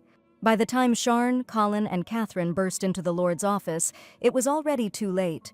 The redhead shouted, "What the heck is going on here? And who are these guys?" Catherine guessed, "They're just some randoms, dressed up exactly like the Emperor's servants." The Emperor's aide asked, "What do we do with them now?" But the Lord remained silent. Sharn asked, "How much did His Majesty manage to eat?" But instead of answering, he just collapsed. Julian heard Sharn's voice, saying she'd been trying for so long, but it was no use. The Lord had eaten too much. She said she'd seen berries like that on her island, looking like blueberries, but incredibly dangerous. "Looks like the poison's already spreading. We need an antidote ASAP, or things are going to get really bad." Colin was pushing to call the Emperor's personal physician, but Catherine pointed out that the criminals had even bribed the guards. She doubted they could find a decent healer anywhere in the palace now. Sharn said she could make the antidote herself. A little later, the main character was already in the herb garden, an hour's ride from the palace. The girl asked the garden's owner if he had an herbaceous plant with yellow flowers. The man said he knew the plant, but the entire harvest had already been sent to the palace. Now you could only find it on those hills over there. These hills were very far away, but there was no other way. Sharn and Colin headed out there. On the way, the heroine said it was all her fault. Because of her reckless actions, the Prime Minister used magic so openly. The guy said he didn't think so. After all, the marriage to the princess hadn't been announced yet. Sharn asked why Albant wasn't being executed for witchcraft. Colin replied that there were two whole reasons for that, namely, evidence and political power. After all, the people who were pretending to be the Emperor's servants are dead, which means the main evidence of the crime is gone. Besides, when Albant was regent for the young emperor, he seriously consolidated his power, both in the palace and beyond. This whole thing might not even lead to an execution, but His Majesty could still face attacks from the aristocracy. That's why the last banquet was so important. The emperor wanted to lay the groundwork for turning the aristocrats into a pro-imperial faction. Sharn sadly realized the guy wasn't even angry. Looks like he'd been expecting something like this all along. Colin pointed out they'd climbed pretty high but hadn't found any plants. Sharn suggested they split up and search. They spent hours searching for the plants. They couldn't waste any time since the poison was spreading through the Emperor's system. Sharn silently begged for the plant to appear, because the poison could start destroying her lord's internal organs. Suddenly, the main character cried out. She started calling for Colin, yelling with joy that she'd finally found the medicinal plant. The main character intended to pick the plant as carefully as possible so as not to damage the roots. Suddenly there was a suspicious hiss. It was a snake, and it lunged at Sharn. The sudden attack made her scream. Colin heard her, ran over and asked what happened, all worked up. She calmly said a snake bit her, but it wasn't a big deal since it wasn't poisonous. Colin was pissed, asking if there were snakes on this hill, then wondered why she was still holding it. She asked if he was hungry, suggesting they could grill the snake for a snack. Colin yelled, "What the heck are you talking about?" She asked what was so weird about it. He wondered if she ate snakes back on her island. Sharn said they were delicious, but there wasn't time to chat. They needed to get back to the palace. Colin couldn't process any of this. The Emperor was looking better. His complexion was livelier and rosier. Sharn told the head maid that if he took the medicine every 2 hours, he'd improve noticeably. Catherine remarked she never imagined the girl was so knowledgeable, explaining she used to trade herbs back on her island. She added she just followed the advice and went to the hill, saying she doesn't know what would have happened if it weren't for the girl. The lady pointed out that one of the attackers was dressed like the head maid, meaning she was used to hurt the Emperor. Catherine was only allowed to serve the young ruler because her family was poor and powerless. She had nothing but her life. The madam noted she was incredibly happy that, thanks to Sharn, His Majesty survived, and will be able to continue to stand against the Chancellor. The woman felt like fate itself had sent such a talented girl to the palace. Sharn replied that the headmaid was just flattering her. Then she thought it would be nice if the Emperor thought so too, not just Catherine. Sharn stated they needed to focus on the present, then added she wasn't familiar with the magic the attackers used. She explained that it takes some serious magic to completely control someone's mind that quickly. The more dark magic builds up, the stronger the poison gets. A normal person couldn't handle that in their system. Sharn used snakes as an example, saying they succumb to the poison and die as soon as they reach their target. Meanwhile, Albant was telling his daughter that magic isn't perfect or easy. Even creating an illusion takes a lot of effort. He pointed out the effect is stronger if the individuals look like their target, and concealing the poison requires even more care. The man smirked, because some slave was able to figure out the magic and save the Emperor. Looks like they found a diamond in the rough. The princess said her father shouldn't have weakened the poison. He should have let them die on that hill. The Prime Minister asked Diana if she couldn't handle a commoner herself without her father's help. He asked her to clarify if it was about the slave's beauty or her abilities. The princess snapped back that it wasn't about that at all. Albant remarked that a sorcerer shouldn't be reckless, and a lonely death in the mountains is too simple. Yulian has to truly suffer. The Emperor was having a dream where he was falling forever into a dark abyss, his feet never touching the ground. But it wasn't like a nightmare, because even falling into the void, Yulian felt the warmth of someone's body next to him. Opening his eyes, the Emperor saw Sharn's worried face beside him. She immediately bombarded him with questions, asking how he felt, if anything hurt. Then she guessed that the Emperor must be hungry and ran to the kitchen. Yulian, of course, tried to stop her. Suddenly, a slipper flew off the main character's foot. The girl slipped and crashed to the floor. Yulian went over and asked if she was okay, and then said there was no need to rush. She didn't react at all and didn't even move. The Emperor asked if everything was all right. Then, Sharn suddenly asked if this meant that the master was now disappointed in his personal maid. Yulian was surprised and asked what she meant. The girl retold Sir Colin's story. So, from a young age, the emperors had to deal with a ton of messed up stuff like this. Sharn said it hit her hard back then, this awful feeling that something terrible could happen to him at any second. That's when she realized she was completely on His Majesty's side, not because of some contract, but because she genuinely felt like she had to be. Yulian noticed she was shaking and asked what was wrong. Sharn explained that His Majesty wanted her to be a shield against dark magic. But the shield cracked, and he almost died. Sharn was confident in her magic, but she still couldn't protect him. She said she broke her promise and figured he must be super disappointed in her. Suddenly, she jumped on His Majesty and started screaming at the top of her lungs that she'd fix it and never let it happen again.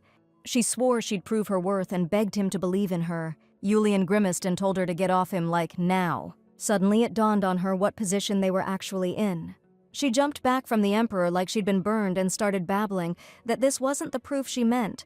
Yulian chuckled and told her not to deny her words so desperately, since he hadn't even considered that outcome. Then he asked the maid if she really thought her lord was such a creep. Yulian held out his hand to Sharn and told her to get up since the floor was cold. The heroine felt relieved, because she was genuinely afraid the emperor would get angry and suspend her from service. The girl understood that if she had been suspended, it wouldn't just be her suffering, but also Pachan, who'd signed up to be a gladiator. The heroine really wanted to succeed, especially now that the emperor wasn't looking at her as sternly as he did during their first meeting. He asked what the bandage on Sharn's ankle was about. The girl replied that an interesting situation occurred in the mountains. Sharn was about to start her story, but before the emperor could blink, the girl was lying unconscious on the floor. The main character snapped out of it for a second and asked what was going on. Catherine said it finally happened. Sharn got sick. Seeing the Lord's confusion, the headmaid pointed out that dark magic had been used for 2 days to disguise the unknown assailants as the emperor's inner circle. Then, a pie with tainted berries was baked and given to His Majesty. It almost killed him, but luckily, Sharn found some herbs that helped detoxify poison. Catherine said the personal maid spent all day preparing the medicine and stayed up all night taking care of the Lord. Then the headmaid pointed out that the girl was injured. I mean, her ankle looked terrible. The emperor ordered Catherine to bring medicine that relieves pain and helps the wound heal. Once the headmaid ran off to get the ointment, the emperor thought it was kinda messed up. I mean, even the woman who was supposed to be his mother ditched little Yulian, ran scared of the prime minister. And now this regular maid, who's got nothing but her own skin in the game, steps up to protect the emperor and saves his life. He couldn't wrap his head around why she was apologizing for it. Why'd she jump in front of danger like that, not even caring about getting hurt? Yulian figured from all this, Sharn must be crazy worried about him. Suddenly, Colin burst into the room, yelling that a snake bit her up in the mountains. But he wasn't getting how serious it was, 'cause Sharn seemed okay, wasn't passing out or anything. The dude checked out her hurt leg and was like, "Phew, thank goodness it's just a viper bite." Out of nowhere, the emperor shoved Colin's hand away. His Majesty said even the slightest careless touch could worsen Sharn's condition. Colin replied that hygiene was indeed important, and noted that all His Majesty's decisions had proven correct. The emperor questioned why his aide was suddenly talking like this. He explained that he meant the emperor's decision to keep giving Sharn chances. The guy pointed out that even though she was just a regular slave whose words seemed suspect, his lordship spared her, didn't kill her. Instead, he granted her freedom from her old chains and the opportunity to show her skills, to prove her worth. Colin said those were the emperor's best decisions, because Sharn is giving it her all. The emperor said they were all really lucky that this girl ended up in the palace. But luck requires good judgment, and as for Sharn, all clear thinking just seems to wash right out of the emperor's head. So, Yulian concluded that his brain is completely powerless here. The emperor himself put ointment on her leg and bandaged it up. He figured that should do the trick, but Sharn was out of it for a long time. Yulian kept saying the maid's name, begging her to wake up already. Then, out of nowhere, the main character finally opened her eyes. But everything Sharn saw was totally blurry. So, without a second thought, she called the emperor, who was sitting by the bed, Pachan, and mumbled that she missed him like crazy. She said he was the only one for her, and asked Pachan if he thought they could ever go back to the amazing island of Sursum together. The emperor wasn't offended or angry at the girl at all, since she was clearly delirious. Homesickness is natural, but Sharn was enslaved at 17 and endured harsh conditions until she was 20, when she ended up in the palace. Yulian was thinking, if Sharn and Pachan actually managed to get back to the island free, what's waiting for them? Same old, a poor and depressing life. Yulian wondered if it wouldn't make more sense to settle down in the empire to look after his own interests. And live the high life, something they definitely can't get on the island. The kid tried to tell himself it was just pillow talk, that it didn't mean anything. But these nagging thoughts just wouldn't leave him alone. He silently pleaded with Sharn to not blurt out her deepest desires so loud, because there are people out there who are green with envy for those who can dream so damn hard. A few days went by and things went back to normal. But something had shifted. The headmaid now controls everything the emperor puts in his mouth, and that's when she realized her magic was nothing compared to the chancellor's dark arts. Just being confident and wanting it bad enough isn't gonna cut it when it comes to protecting the emperor. Sharn knew that even if she leveled up her spells, there was no guarantee she could stand against Albont down the line. She was totally lost, didn't know what to do next. So in her head, she reached out to Pachan, begging him for help. One day, walking down the hall, she asked the headmaid if she could catch the gladiator training session. Catherine, all annoyed, was like, "You just want to see Pachan, that slave, don't you?" In that instant, Sharn figured Catherine would probably say no, especially with all the drama going down right now. But the woman said she could go after tea, but she had to tell His Majesty about it first. Sharn barely opened her mouth to thank the head maid when, bam, Lady Stuart blocked her path. She said she'd heard His Majesty wasn't feeling well, so she decided to pay him a visit. Catherine greeted Princess Diana and said she'd show her to the reception room. Sharn mentally noted that Lady Stuart's appearance was significantly different from what it was at the banquet. Now she looks reserved and full of dignity, like a true empress. The princess greeted the wisest ruler and the son of this empire. Yulin said he really appreciated the young lady taking the time to visit him. And then he said that everything was ready for tea. Diana remarked that she was very worried when she learned the emperor was ill and hoped he'd made a full recovery. Yulian replied that as she could see, everything was fine now. There was a slight issue, but it was resolved a while ago. To herself, Diana fumed. How could the emperor talk about it so casually and call it a slight issue? The imperial palace was in total chaos because His Majesty ate a poisoned cake. But Yulian looks fine now, so Diana can finally breathe easy. Still, why try to off the emperor before his wedding? She wondered if the ruler could actually sense the magic. Does that slave girl from Sir's Island really have that kind of talent? Well, looks like things aren't going as smoothly as her father planned. Sharn apologized and said she needed to excuse herself. Yulian said it was fine. Sharn could go about her business, but the princess wasn't about to let the girl leave without a word. Diana asked her to remind her of her name, saying she'd forgotten, and apologized for her maid's rude behavior at the banquet. Then she asked the girl, since they practically share a husband, why not try to get along like family? The heroine was already in shock, but the next words just floored her. Diana pointed out that the question of who would give birth to the imperial heir first would be especially pressing. The girl thought to herself that she was just Her Highness's lady-in-waiting and would be happy if someone who truly loved him appeared. Besides, that would mean Sharn could finish her service and go back to their home island with Pachan. Yulian sadly thought, would Sharn leave him too? He knew the feeling of rejection. Once, little Yulian was urged to live with hatred for her, and to use that hatred to endure all the hardships of life because he would be the emperor, and she a free woman. He remembered that this woman didn't shed a single tear until the very end. Yulian also tried to hold it together. Although his eyes were watering, many times he wondered if it would have been better if he had sobbed and clung to her. Maybe it would have, because all his held-back tears turned into a fear that endlessly tormented the monarch. This feels like the same thing all over again. Yulian was pulled back to reality from his own thoughts by Princess Diana's question.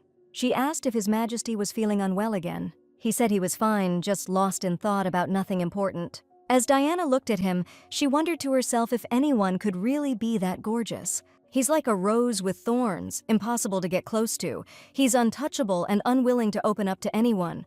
But there is someone who actually managed to catch the emperor's eye. It's Sharn, born among slaves on Certain Island, his mistress.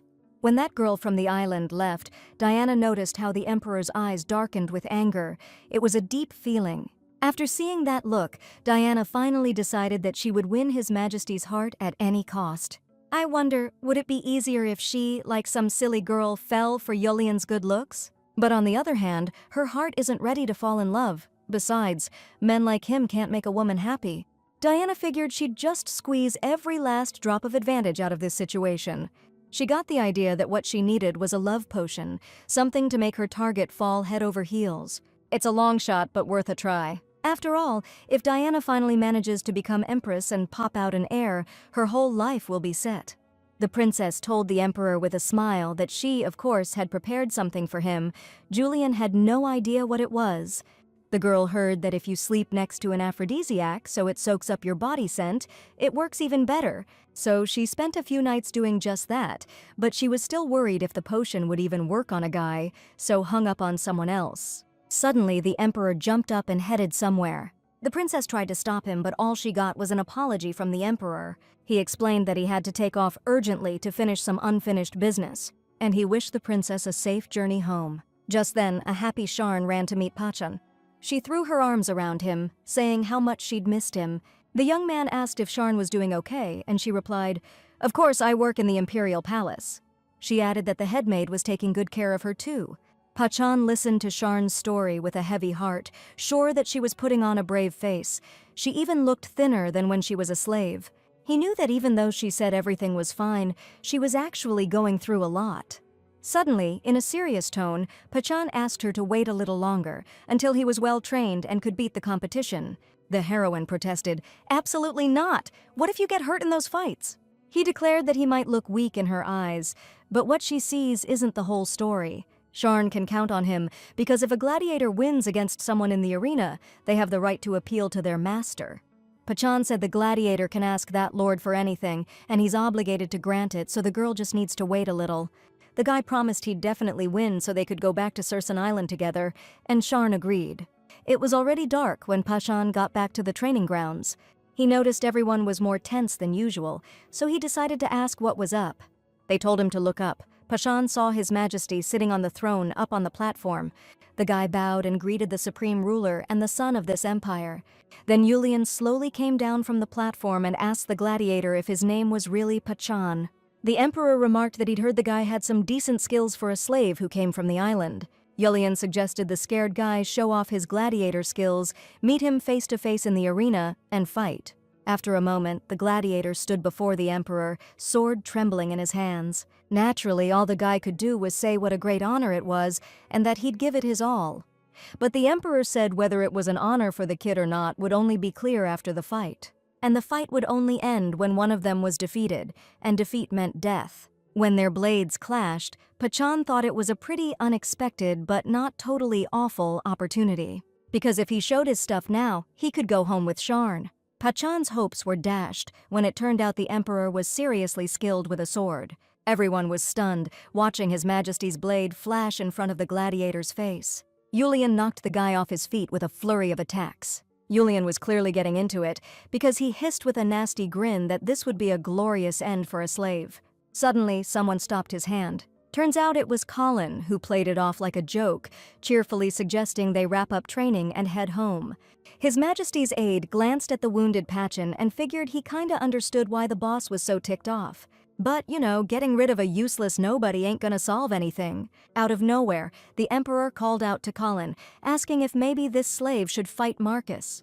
The redhead guessed the boss had to be joking since Marcus was the empire's strongest gladiator, bar none. He'd won 20 fights, iced 18 guys, and crippled the other 2 for life. The emperor gave a shady smile and said he was just kidding. He only suggested it 'cause the slave was holding his own. Suddenly, Yulian heard the wounded gladiator yelling that he couldn't just give up. He begged the boss to give him another shot, saying he'd do anything to win the fight. His Highness suggested the slave remember his place. The kid meekly replied that he really could do it. The emperor pointed out that if the slave was so confident, he should start by defeating all the gladiators here. Returning to the castle, Yulian pondered why this kid was so pathetic. Why he was doing this, why he was pushing for a fight so hard, why he was so desperately begging for another chance. Could it be because Sharn met with him behind the master's back? Is he that sweet on her? Yulian figured he shouldn't think of the girl as anything more than a simple servant, who uses magic every night to help His Majesty fall asleep since he can't do it on his own. He only has a contract with that girl, nothing more, nothing less. Suddenly, Yulian was pulled from his thoughts by his assistant's question, "Does the master like Sharn?" The emperor didn't even believe it at first and asked for clarification. Colin pointed out that he knows the lord isn't one to fall for someone. He added that he's asking because His Majesty is acting exactly like he's got the hots for the maid. The emperor told him to think before he speaks. The guy replied that there's no reason to act so rough with the gladiator anymore. The emperor's probably pissed at Pachan because there's something going on between him and Sharn. He advised him not to overcomplicate things and not to be afraid to call it what it is, plain old jealousy. Yulian replied that the son of the empire can't just have feelings for someone like a regular dude. He should just take what he wants without getting attached. It'd be a joke if the supreme ruler was conquered by some woman's heart.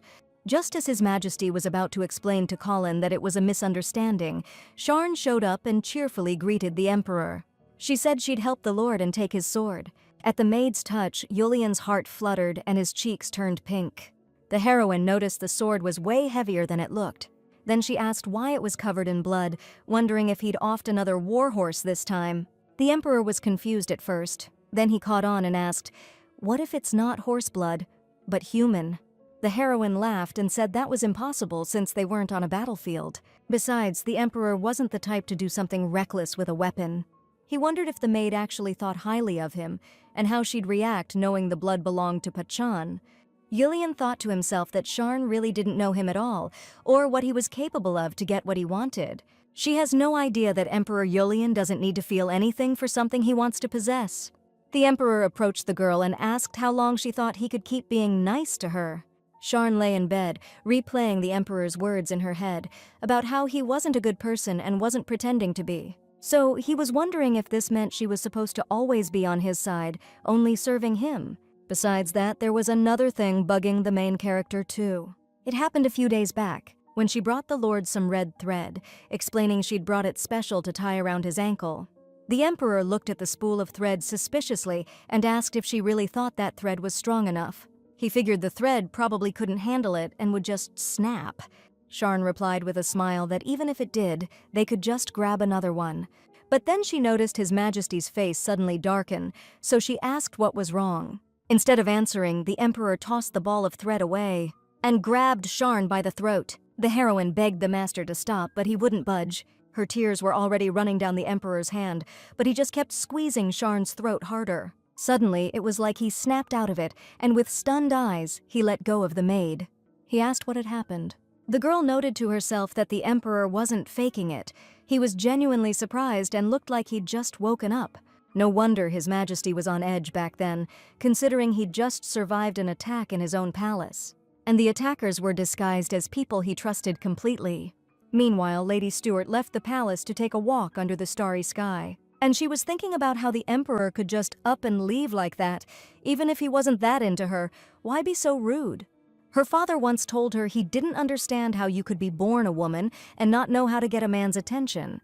A real knockout only needs a smile and a glance, but what's the daughter got? Diana sadly realized she wasn't born a natural beauty and lacked that kind of gift, so what was she supposed to do? She couldn't even get the emperor his stuff. Suddenly, the princess heard some strange shouts, like sounds of fighting. She wondered who could be training this late, since all the imperial knights should be getting ready for bed. Peeking around the corner, Diana spotted a gladiator from the imperial court. It was Pashan. He noticed her and asked if she was lost. Diana said she'd come out for tea during a walk and somehow ended up here. She lied. The mug was actually full of booze, and meanwhile, Pachan introduced himself and stated his position. The girl thought the guy had an unusual name, and his features were pretty exotic too. Gladiator offered to escort Miss to the inner palace garden, but as soon as Diana agreed, there was a rustling in the bushes. He pulled the lady aside and told her to wait while he checked things out. Out of the bushes popped something that looked like a puppy or a kitten. The princess said it was Nabi, her cat. Her grandpa sent it. He just can't leave his wayward granddaughter alone. Of course, he doesn't want her out of his sight for a second. Pachan said he knew it all along. It was obvious the cat was just following its owner, plus it's got a gold collar. The girl responded positively to the guy's words, probably because she'd been drinking and was feeling a little buzzed. She felt awkward and gave him a playful look. But suddenly she screamed, because the gladiator had blood on his neck. She asked if he was hurt. Pachan replied that it was just a minor scratch he got during training. Diana was so flustered and lost in the moment, she handed the guy her handkerchief and told him to dab at the bleeding wound. Sure, she felt a pang of sadness for a second, since that handkerchief was meant for Yulian, but he probably doesn't even care about her anyway. Diana was skeptical about this whole magic thing from the start, because she didn't believe a love potion could actually work. But now she's totally convinced that was a dumb idea. Pachan thanked the princess for the handkerchief and said he didn't even know how he could ever repay her for the kindness. The girl said it was no big deal, because the guy's expression reminded her of a puppy dog's face. Besides, Diana was just glad she could help out a friend who'd kept her company during her late-night walk. Sometime later, the emperor was holding a meeting with the nobles in a special hall. Lord Albont inquired about the emperor's health from now on. He said, being an old man, he was incredibly worried when he heard the young ruler wasn't feeling well.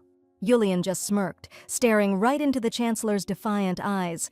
He said there was nothing to worry about. It was just some low-down, dirty trick from a hater.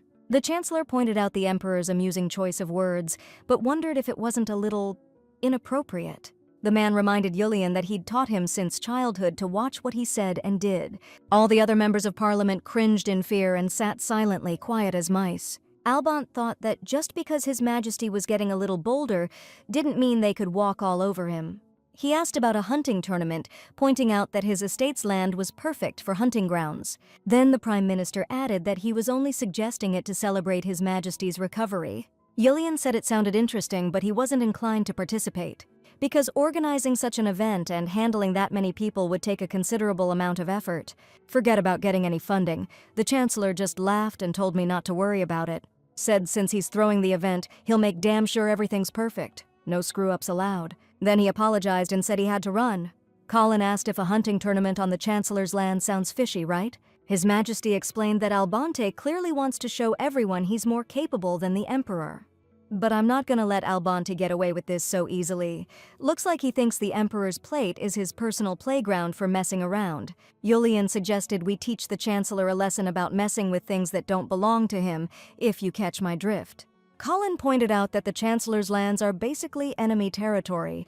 Who knows what kind of trouble's lurking there? To top it off, the Chancellor has a serious private army. The Emperor asked if there wasn't a safer, smarter way to handle this. The aide had a brilliant idea. Maybe His Majesty could actually use his good looks to his advantage for once. The Emperor was clueless at first, but his aide explained this was the perfect time to really cash in on his looks. I mean, seducing Lady Dana Stewart and getting her on our side would be a seriously effective play. The Emperor bristled, asking why the aide didn't try this sleazy tactic himself if he liked it so much.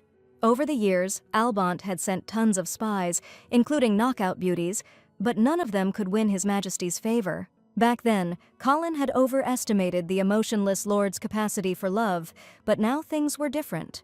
The redhead added that Lady Stewart was a shoo-in for Empress, but what happened after that was up to the Emperor. Yulian asked what the aide meant, and Colin advised his lord to see it as a strategy to hold on to the throne. He reminded His Majesty that he'd vowed to live solely as an emperor, not as a regular guy. Yulian remarked that was spot on because he swore to cut anything from his heart that didn't lead to the throne. The Emperor thought that if he decided to go for it, he could use the Chancellor's daughter however he wanted. Colin's right. The key is to possess without getting caught up in feelings or emotions. But is it really that simple? Yulian realized he was just a little thrown off. He'd never felt like this before. It'll pass soon. For the Emperor, having feelings is a deadly weakness. Better nip it in the bud. After a while, something interesting was happening in the Imperial Palace. Lady Stewart thanked His Majesty for the invitation. The Emperor warmly greeted his guest and invited her to the table. She remarked that she'd given it some thought and realized her words last time came off a little harsh. The Emperor asked her to clarify what happened at their last meeting. The princess asked if he didn't remember. The girl reminded him that she visited the palace without warning and distracted the Emperor, not even realizing how busy he was. His Majesty apologized, because leaving in the middle of a conversation was definitely impolite. Diana felt like this conversation was suffocating her. Talking to Yulian was as tough as talking to her dad. She decided to change the subject and mention that her father was working hard to get ready for the hunting tournament. The Emperor replied that he was looking forward to it.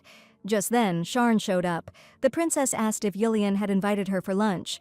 The girl said she brought wine, hoping the princess would appreciate its taste together. She added that she wouldn't intrude and would be on her way. The girl saw that they were deep in conversation, probably busy with their own stuff. Diana stopped Sharn and asked if she was really just going to leave like that, suggesting she stay for at least one toast. The girl was shocked and replied that she appreciated the offer but didn't drink. The princess insisted that she sit down. The Emperor added that it was impolite to refuse the good intentions of your elders.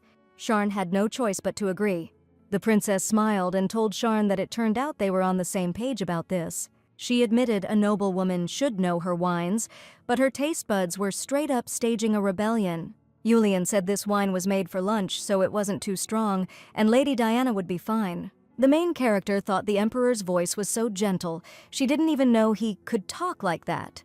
The princess asked, since His Majesty was being so insistent, how could she possibly refuse?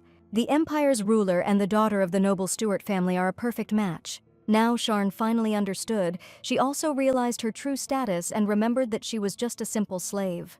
The whole court already knows His Majesty's episodes have calmed down. So once this political marriage goes off without a hitch, the main character can finally ditch this palace. But even now, does Sharn have to keep up the act, pretending she's loving His Majesty's attentions? The girl remarked that the emperor and princess made a harmonious couple.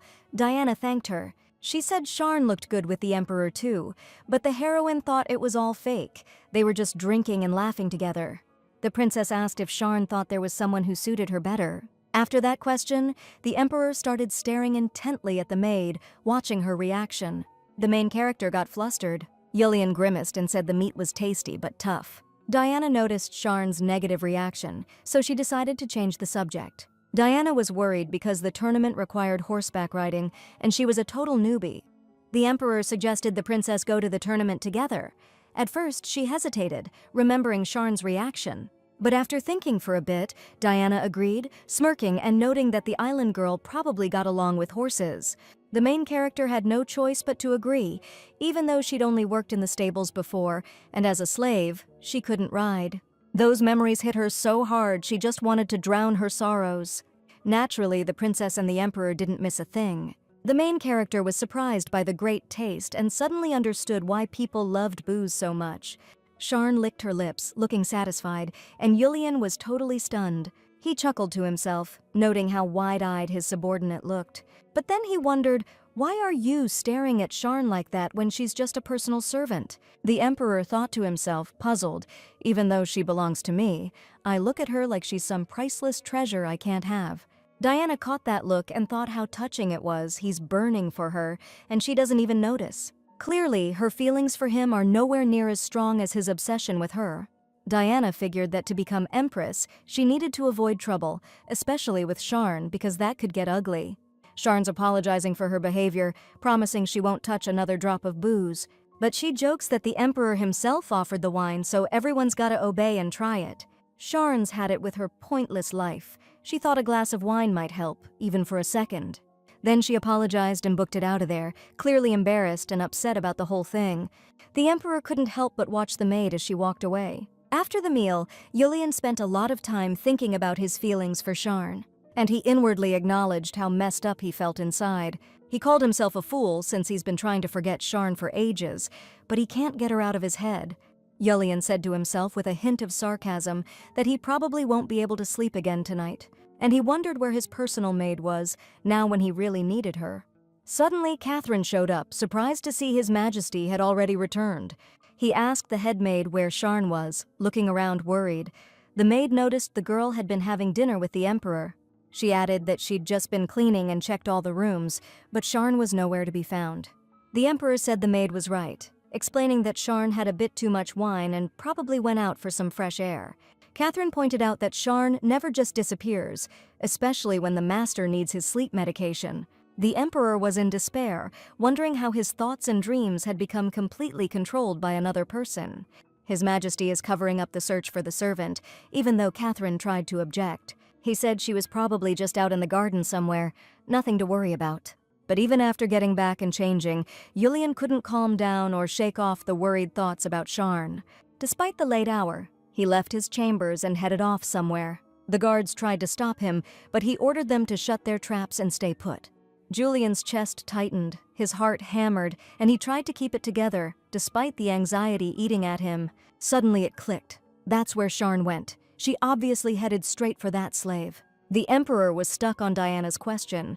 Does Sharn think there's someone better for her out there? Seriously? It's a joke that some low-life slave is getting the emperor this worked up. It suddenly hit Julian. Sharn's actions were a flat-out betrayal of her master. This is the third time she's vanished without a trace, blowing off her duties. Passing by the stables, His Majesty noticed a light spilling out. Deciding to peek inside, the emperor found Sharn passed out cold on the hay. He wondered, did the girl really tie one on that hard? She must be out of it to sleep so soundly, but this is really out of character for her. Julian was floored, totally speechless, but he still decided to carry the maid inside the palace. The guy reminded himself that he'd decided once and for all to ditch any feelings for his personal maid. He knew that if he took her back into the palace now, he'd never be able to get her out of his head later. Julian gently stroked Sharn's cheek and wondered to himself, what the heck was he supposed to do with her now? Night had already fallen. As usual, Princess Diana went for an evening stroll after dinner. She was plotting to take over the empire, analyzing her father's and the emperor's weaknesses. Of course, the ideal scenario would be if she had a son, and in the end, he was the only one left standing. Then the empire would be hers for the taking. But to get that plan rolling, she needed those two in the mix. But the emperor's head over heels for some other chick, and the prime minister's a wild card because of his greed. Diana was stuck. She had no idea how to take over this country. She figured she'd have to put up with those two for now, use them to reach her goal. But the princess was a cold pragmatist, ready to ditch them if they became a problem down the line. The moon was high and shining bright. Diana thought nights like this called for getting wasted. Too bad she played it safe and held back. She'd rather be plastered than pretend. Her Highness told her maid she didn't need an escort anymore. She wanted to walk alone. Suddenly, something caught the girl's eye. Polished stones glittered on the ground. The find seemed suspicious, like it was all staged. Maybe it's a marker or a trap, but then Diana remembered her recent meeting with Pachan. He'd asked her if she'd just happened to get lost during her walk. So, Her Highness figured out the guy intentionally left a marker thinking the princess was lost again? Suddenly, she heard some kind of noise. Meanwhile, back at the Imperial Palace, they were tearing the place apart looking for the main character. Colin was griping about being tired, saying he didn't get why the Emperor was so obsessed with finding Sharn. It was weird. The redhead smirked at his mom's behavior, 'cause she was acting all indifferent, but she was totally freaking out inside. She told him not to stop searching and to keep the guards ready, because Sharn was crucial for the Emperor to get any sleep. Colin wondered if His Majesty had finally made a decision. Catherine asked him what he meant by that. The guy shot back that she knew exactly what he was talking about. The head maid realized her son was hinting at the, thing between the Emperor and his personal servant, the one everyone sees but nobody talks about. The madam went ballistic, yelling at her son and denying everything, calling their relationship just a performance. Yulian's a total fanatic when it comes to his interests. Books, fencing, whatever. He sees it through to the bitter end. Put simply, he's way more ruthless than he looks. That soft exterior hides a will of steel. He's not the type to let someone go just because he loves them. For Yulian, love is about having, not freeing. That stubbornness could extend to Sharn. Catherine said that's why she's trying to stop this obsession before his lordship completely loses it. Sharn has an unbreakable will. She fights for her independence despite being a subordinate. She's like a little fish, always slipping through your fingers when you try to grab her. Catherine said Colin's job is to make sure His Majesty never fully realizes his feelings, to let him think it was just a fleeting illusion. The redhead pondered, was the price of the Lord's peace a well-intentioned deception? But who really benefits? Colin was outraged by the absurdity of it all. He realized they were asking him to suppress the Emperor's feelings under the guise of the Empire's well-being. The Imperial aide knew that Sharn, as a former slave, could hide in a secluded and hard-to-reach place. Suddenly he heard some kind of noise. Listening closely, Colin realized it was laughter coming from around the corner. But when the guy peeked around the corner, it took his breath away. He saw Pachan and Princess Diana getting cozy. Colin watched the secret rendezvous with surprise, wondering what they were doing, strolling together under the moonlight. And more importantly, Pachan is the guy Sharn has a crush on. But judging by his facial expression and behavior, it doesn't look like he's intimidated by Princess Diana at all. Colin noted with annoyance that of all times His Majesty was nowhere to be found. But at that moment, the Emperor was busy with something important. He couldn't admit he needed Sharn not just as a remedy, but as someone he loved, so he was hiding behind paperwork. The contract with Sharn remains in effect until his insomnia is cured and the Emperor gets married. That explains why Sharn can't just be let go, no matter her status or feelings. Keeping Sharn close is also important for political reasons, since Albert's a threat to the throne. Until he's neutralized, the Emperor needs Sharn. Yulian decided to turn around and leave, since the Emperor's promise has to be kept. But not even a minute passed before he came running back in a panic. 'Cause like a true gentleman, the Emperor can't just leave a tipsy woman alone. Only real lowlifes do that. Yulian convinced himself he'd just watch over her until dawn, then he'd come back like nothing happened. Sharn was kicking herself, thinking she must have totally lost it since she passed out drunk in the stables. Just as Sharn thought, if the head maid finds out, I'm toast. An unhappy Sharn appeared right in front of her face, and the girl freaked out. She said we're shipping out to the Rivers hunting competition tomorrow, so we need to get everything prepped ASAP. Also, gotta make sure His Majesty is comfortable, and I'm swearing off booze starting today, cold turkey. A little later, Sharn went to see the Emperor in his chambers, apologizing with her eyes downcast. She explained she had zero memory of getting back to her room last night, and she should have woken up earlier to get breakfast ready. The Emperor said coldly that even a little wine at dinner can apparently knock you senseless. Sharn was a wreck. Her trembling fingers gave away her fear. The Emperor was deliberately talking down to her, watching her blush. The girl timidly suggested she withdraw from the hunt since she'd only be a hindrance to His Majesty and the princess. Yulian didn't even catch what the maid was saying at first. Then she clarified she just wanted them to get along. His Majesty advised the maid not to make things up and just do her job. He told her to stay out of things that don't concern her and know her place. It's not a servant's job to be curious about the future empress. The day of the hunting tournament is finally here. The guests started whispering, all riled up like, "Where the heck is the monarch's main squeeze?" They were asking like, shocked, "Did the Emperor finally pick Diana?" Others were saying, trying to figure out that guy is a total mind-bender. Suddenly, Julian's eyes went wide and the other nobles couldn't look away either. Everyone there was staring at the stunning Sharn. The gossips started whispering again, asking, "Is that the girl the Emperor's been favoring?" They were saying, "Yeah, the rumors about her beauty are true, but who's that guy sitting next to her?" The nobles were wondering why they were riding together, and watching all this, Diana was bummed, wondering what they were up to. Before they left, Colin told the Emperor he'd handle everything today so he shouldn't sweat it. So Yulian agreed and said he trusted the guy.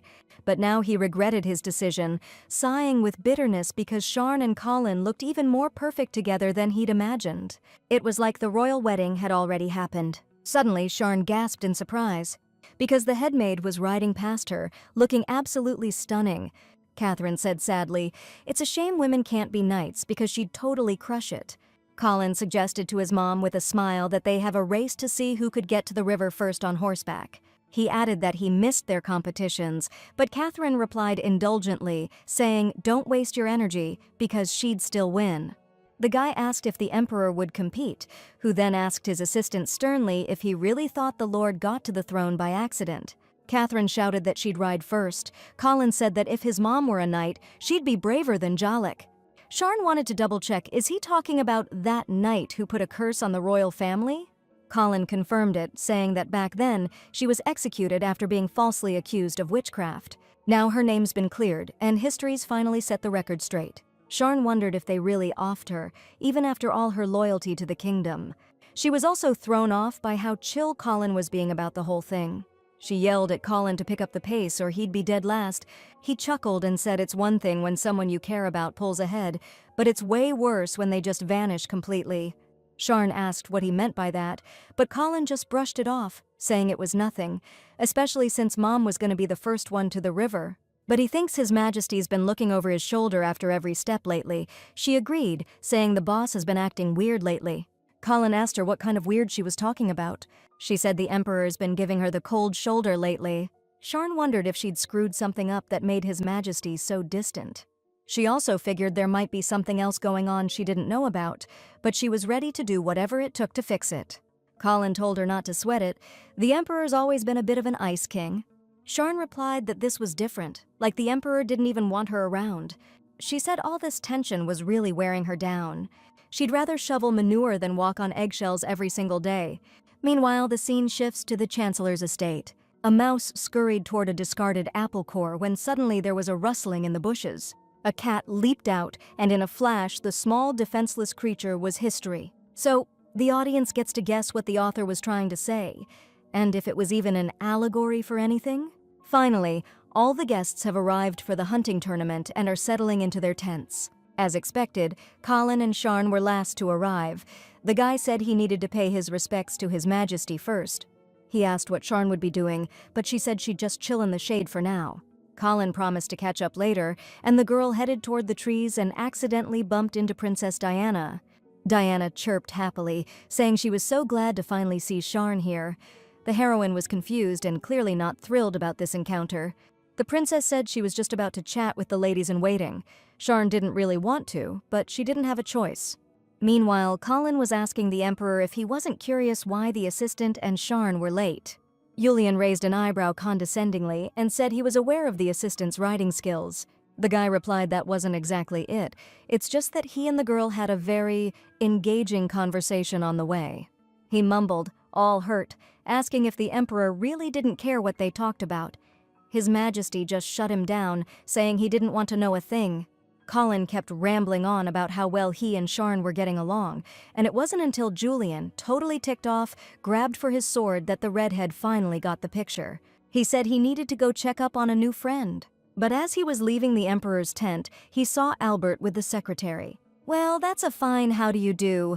A visit from the chancellor to the emperor never means anything good, though his Majesty seems to be keeping it together. Colin wondered if he should have trusted his gut when he put Lady Stuart in front of him on the horse. But it's best not to meddle where you don't belong.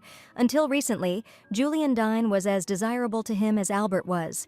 But now, even if he doesn't like it, he's accepted reality and his fate. After all, the weight of the crown is always heavy. Anyway, it all worked out for the best. There was nothing, and could never be anything, between Sharn and the Emperor. Now, each of them will accept the destiny laid out for them in their respective places. Someone said this was a prime opportunity to check out the Chancellor's pad. They say it was built by a famous architect from the Florence Empire, calling it a true work of art. Albert chuckled and insisted it was nothing special, just saw a cozy farmhouse in Florence and decided to build something similar. Julian smirked, thinking what a nerve it was to call a luxurious mansion, built with the people's taxes, a farmhouse. The monarch was amazed by Albert's fake modesty. He just wanted to flaunt it in front of the nobles, just to show how much power the Chancellor of Waldeck had, that his wealth surpassed even the imperial family. That to a seasoned politician like him, the young emperor was nothing more than a kid. Julian grinned and said he was also curious to take a look at the Chancellor's magnificent palace. Then he clarified that he almost forgot to call the palace a farmhouse. Albert forced a smile and said it was really just a farmhouse, not worthy of showing to the emperor. Julian dryly remarked that it was a real shame, while thinking to himself that the Chancellor was a greedy old geezer. The cat hopped off the Chancellor's lap, ready for a stroll and a little hunt. By the way, nobody seemed to notice that the cat's collar was smeared with blood. Meanwhile, the ladies were having tea, gossiping about the Emperor's rather charming behavior towards Lady Stuart today. Diana chirped shyly, saying that if it was that obvious, she was feeling a little embarrassed now. Sharn caught a pleasant floral scent, like she was deep in the woods.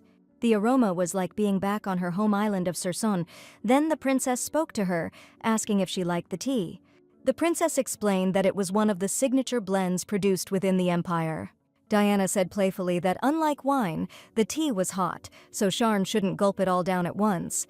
Sharn thanked the princess for her concern and overheard the ladies-in-waiting snickering, trying to hide their contempt. One of the girls apologized, saying if she's from Cerson Island, then it makes sense she doesn't know basic etiquette. Her friend told Sharn she should learn some manners instead of just picking out outfits, 'cause you can't hold a guy's attention with just your looks forever. The main character was pissed and shocked by the princess's ladies-in-waiting coming at her like that, so the princess wasn't worried about Sharn, she just wanted to put her down. There's nothing going on between His Majesty and the island girl, and yet Lady Stuart's still fuming. A woman who's just pretty on the outside can't heal the Emperor's wounded heart and build a real connection with him. Is that why His Majesty's been so cold lately? Did Sharn screw something up? The blonde said she didn't expect the roles of Emperor's favorite and princess to switch so fast. She added that the princess managed to grab His Majesty's attention, which is why your true character matters. The princess smiled and said she was surprised. She didn't expect His Majesty to open up to her so quickly. Some lady-in-waiting said the Emperor finally saw Lady Stuart's inner beauty. Suddenly they asked Sharn if she was upset about it. The princess figured those words probably hit a little too hard. She told her not to take it so personally. One of the ladies summed it up, saying it's pretty pathetic when you've got nothing and you're desperately clinging to a guy who's already moved on. That really ticked off our main character. And then it hit her. This whole tea party was set up to make fun of her. She realized she messed up trusting Diana and agreeing to chat. This is just like that dinner all over again. Just then, the headmaid showed up with a tray of sweets and chirped that she was so happy the aristocrats had welcomed Sharn into their circle. She added that it was nice to see the ladies getting along so well. Looks like everyone likes her, except for Lady Eaton, of course. The princess scoffed, asking since when the headmaid gave a damn about Sharn. Catherine replied that she understood something the night of that weird dinner, that all the Empire's attention was focused in one place. Diana knew what the headmaid meant and wasn't happy about it. I wonder if the viewers have figured out what was implied by that.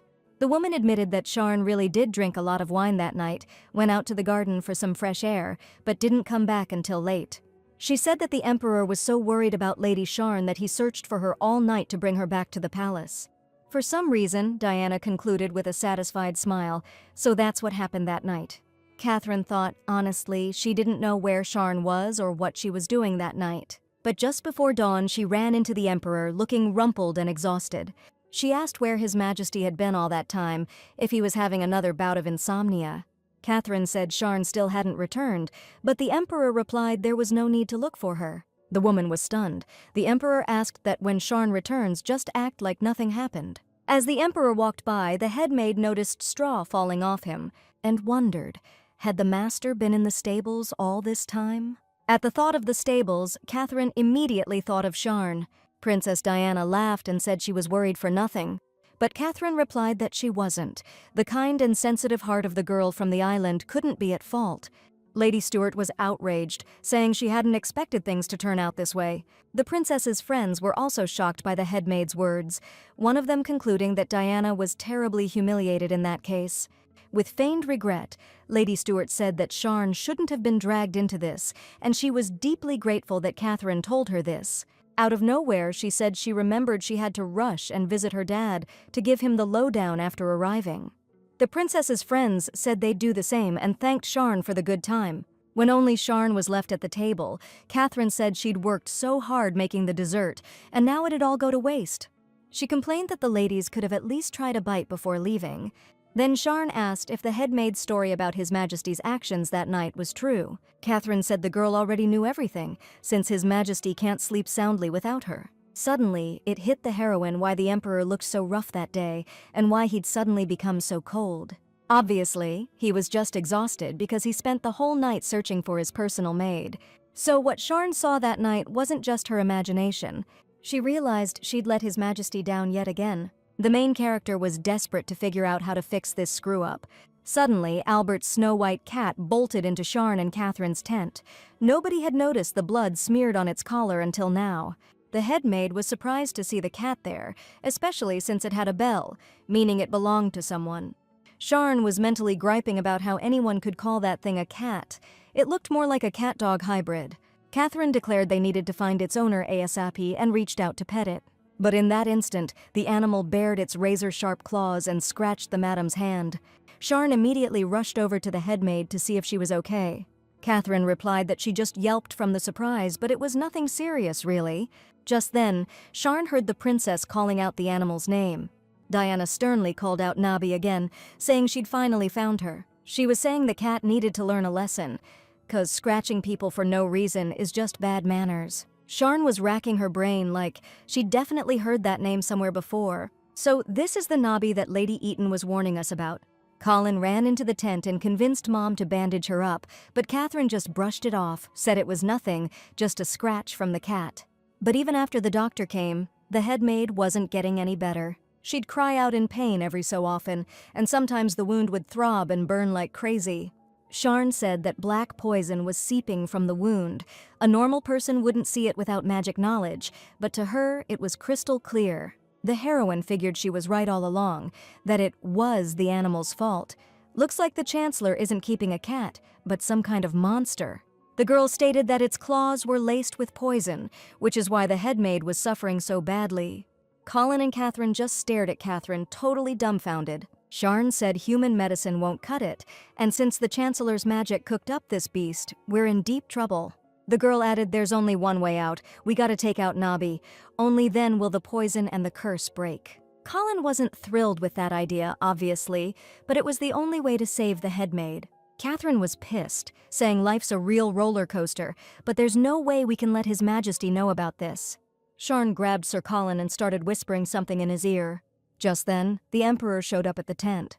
No sooner did Julian step inside than he noticed Sharn touching his aide. But instead of explaining, Sharn bolted from the tent, shouting apologies that she and Colin had to rush off. The Emperor watched them go with a look that could kill. Sharn said she almost had a heart attack running into His Majesty on the way over here. Then she looked at Colin and asked what was up with his face, but he just said he was fine. He asked what she wanted to talk about in private, and she asked if he could give her a dagger. She added that she felt like she needed to handle this herself, without anyone else getting involved. The guy's eyes went wide, and he asked if Sharn was thinking of doing this herself. She cut him off, saying that's exactly what she meant. She summed it up. She wanted to take care of Nabi with her own 2 hands. And she explained that if it got out that the Chancellor's pet was a monster and that it attacked the housekeeper, things would spiral out of control. The hunting tournament would turn into a battlefield, and since it's the Chancellor's territory, all the factors would be stacked against His Majesty. Colin seriously doubted this plan. He asked Sharn if she was really sure she could handle this alone. The girl agreed, but mentioned that she'd need his help to distract the Chancellor. Sharn said that if Colin could create a diversion, she'd go after Nabi and put an end to it before Catherine's injuries got any worse. Sharn figured since she was in this hunting tournament, she might as well give it a shot. She used to swing sticks around in the yard all the time as a kid. The hunt kicked off and everyone headed into the woods. Diana finally caught up to His Highness and excitedly called out, "There he is!" She wanted to see the Emperor before the hunt started. She was wondering if her family's land met the Emperor's standards, even though the Chancellor's estate was already famous, right? Meanwhile, Julian was barely listening to the princess, his eyes glued on Colin and Sharn, who he thought were standing way too close. He was wondering, what the heck are they talking about?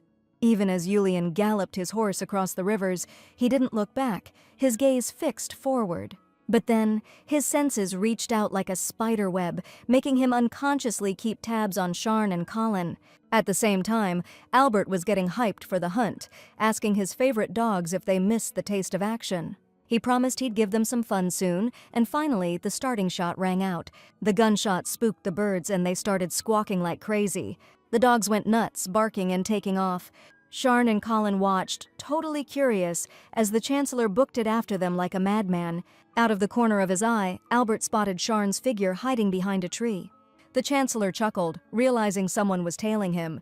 He said it was time for Nabi to cut loose. He told her to go wild. Colin shouted to Sharn, worried that Nabi was headed her way and to watch out. She said she was ready and told Sir Colin to be careful too. Sharn gripped her sword, thinking to herself that Nabi was never going back to her master. Nabi charged in, and Sharn planned to jump out and yell for her to freeze. But that stupid stick ruined everything. As the girl untangled herself, her eyes landed on a magnificent building. Weird that such a gorgeous house is so deep in the woods. Could this splendor really belong to the Chancellor? Sharn wondered, could this be the mansion she'd heard so much about at the pre-hunt tea parties? They said Albert's fancy estate was somewhere in this forest. That's why Nabi found it so fast. No sweat. The girl figured this could make things easier. If she could drive the cat inside, taking it out would be a cinch. The garden's immaculate, but there's nobody around. It was dark and creepy inside the mansion, probably 'cause the house is surrounded by thick woods. Sharn was thinking, where the heck did that animal hide? She was trying to figure out what kind of monster Nabi really was. If it was created with magic, destroying it won't be easy. Suddenly, the girl heard the faint jingle of Nabi's collar. Could that bloodthirsty beast be right behind her? It happened in a flash. Nabi's claws didn't just scratch Sharn, they tore her up bad. The girl was moaning from the pain of the wound on her neck, but Nabi was bracing for the next attack. So she kept telling herself to stay calm, just get this thing over with. The author's keeping us on the edge of our seats, now we're in the woods, and the Emperor's taking a shot. Bullseye! Yulian took down the deer. A crowd of nobles swarmed the Emperor, gushing about how amazing he is, as always. One even said they wanted to learn from him.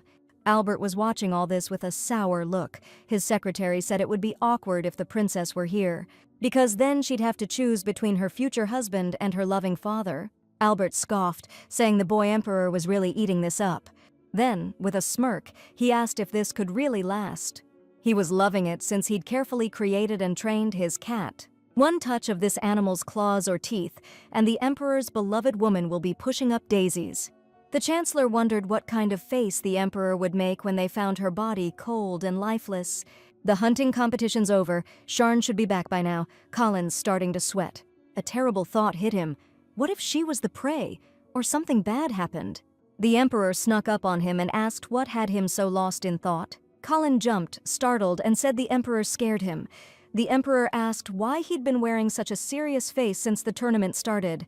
The guy asked if things were really that bad, and said he'd explain later. The emperor reminded him that he had the same look on his face when he found out his first love fell for the prince next door. He grabbed Colin and hissed through his teeth that if this lowlife didn't want to end up pushing up daisies, he'd better start talking. Then the emperor's aide confessed that Sharn went after a Nabi. Yulian asked him to repeat that, thinking he misheard, but Colin said it again. And he added that it could be super dangerous right now. The emperor was totally baffled. So the guy gave him the whole story, quick and dirty, ending with, if they don't off that cat, his mother's life is on the line. Colin filled the lord in on the plan. While he was running interference, Sharn was tracking the creature. Yulian was furious, blowing a gasket, asking why his aide hadn't said anything. Colin reminded him that His Majesty needed to stay focused on Princess Diana. Besides, the guy didn't want to stir up trouble in the Chancellor's territory, not while his mom was there. He declared he was ready to own this, do whatever it takes to get her back, 'cause she might have been poisoned by some monster venom. The Emperor shot back that the guy didn't have to do any of that. He went on, saying he didn't see the point in going the extra mile. Those words cut deep. Finally, it hit Yulian like a ton of bricks. His emotions just steamrolled right over his cold logic. You can't just toss him aside like trash. I tried everything, but nothing worked. Every attempt was a dead end. He said Sharn was his, so he's going after her. Meanwhile, the main girl was fighting tooth and nail against some seriously savage beast. Sharn froze for a second, seeing purple blood dripping down the blade. That could only mean one thing. She realized with a jolt that she was facing a real fur-covered nightmare. The thought hit Sharn like a punch to the gut. If she hesitated now, it'd be game over. In her mind, she reached out to Nami, asking her to remember her face, because this was it. Sharn charged and swung the dagger, but the cat managed to bolt at the last second.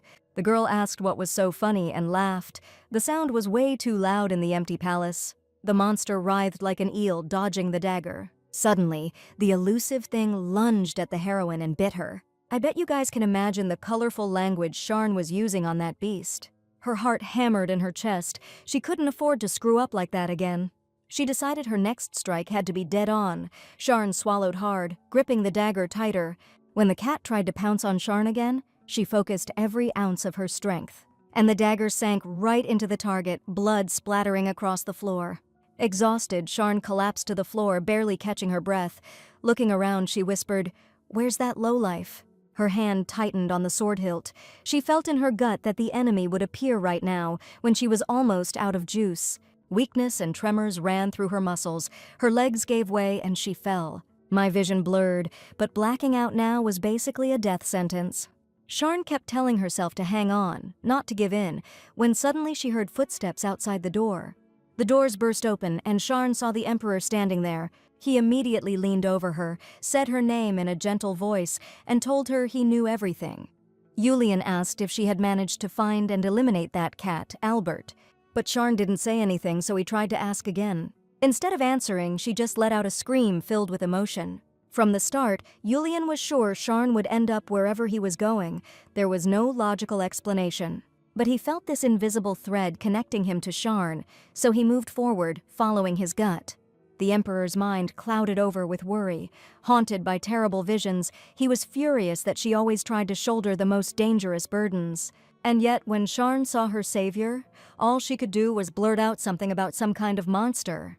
She rattled on about how it wasn't just some mutt or stray animal. According to her, it was a mutated creature, something unnatural, created by witchcraft. Yulian admitted he'd already heard that from Colin, but he wanted to know why she hadn't said anything to him. He was fuming, asking if Sharn had completely lost her mind, going up against something that dangerous on her own. He asked what Sharn would have done if she'd kicked the bucket before he arrived, and why she always takes everything on herself. The girl replied that she didn't want to bother His Majesty, and besides, this is the Chancellor's territory. She added that only one thing matters now, making sure that beast stops breathing. The heroine explained that she wounded the thing a few times, so it must be hiding somewhere in the mansion. Sharn said they needed to make sure it's dead, and the Emperor replied that he understood. Then, with a concerned voice, he said the girl had already done enough and needed to rest. Yulian whispered that he would take care of everything else. Suddenly, Pachin appeared before the girl's eyes, disappearing into the water. She yelled at him to hold on tight. But in an instant, everything vanished, and the main character wondered if it had all been just a dream. The girl felt an intense heat, looked around and realized everything was on fire. His Majesty stood in the center of the blaze, and she thanked him for letting her rest. The Emperor didn't react at all. Then she finally managed to shout at him and ask if he was okay. The main character asked what to do since the mansion was destroyed. How could they explain it to the Chancellor? Julian replied that he didn't care, even if Albert insisted on investigating this incident. He was saying he wasn't feeling too hot, like his ticker was skipping a beat or something. Sharn got all worked up, asking him to be specific, if it was some kind of heart thing. The Emperor clarified that his heart just wasn't listening to him anymore. And then, boom, he went right for the main character's lips. But the girl yelped, totally shocked, and shoved His Majesty away. She yelled, asking what in the world he thought he was doing. Then Julian announced he'd made a decision, and Sharn begged the Emperor to say nothing. He was surprised, asking why not, and she shot back with how she could possibly deal with him having feelings for her. Emperor Valdeka had fallen head over heels for a maid from Cirsa Island. Even though he's got a noble lady right there, way more suitable to be Empress, Sharn knew she was just under contract with the Emperor, playing a part, nothing more. She had to remember her place. Julian told her that it was already too late to run, it was all decided, and even he couldn't undo it. He explained that he tried to escape, scared by these crazy feelings, but his desires got all tangled up like a knotted cord. The young man told her he couldn't fight it anymore. He had to admit he craved Sharn, not just the throne. She'd taken hold of him just like the hunger for power. Now even his cold heart is burning. All the aristocrats, including Julian and Albert, gathered at the Chancellor's palace. The Emperor said he understood the Chancellor was upset about the fire at his mansion, but it was unavoidable. Albert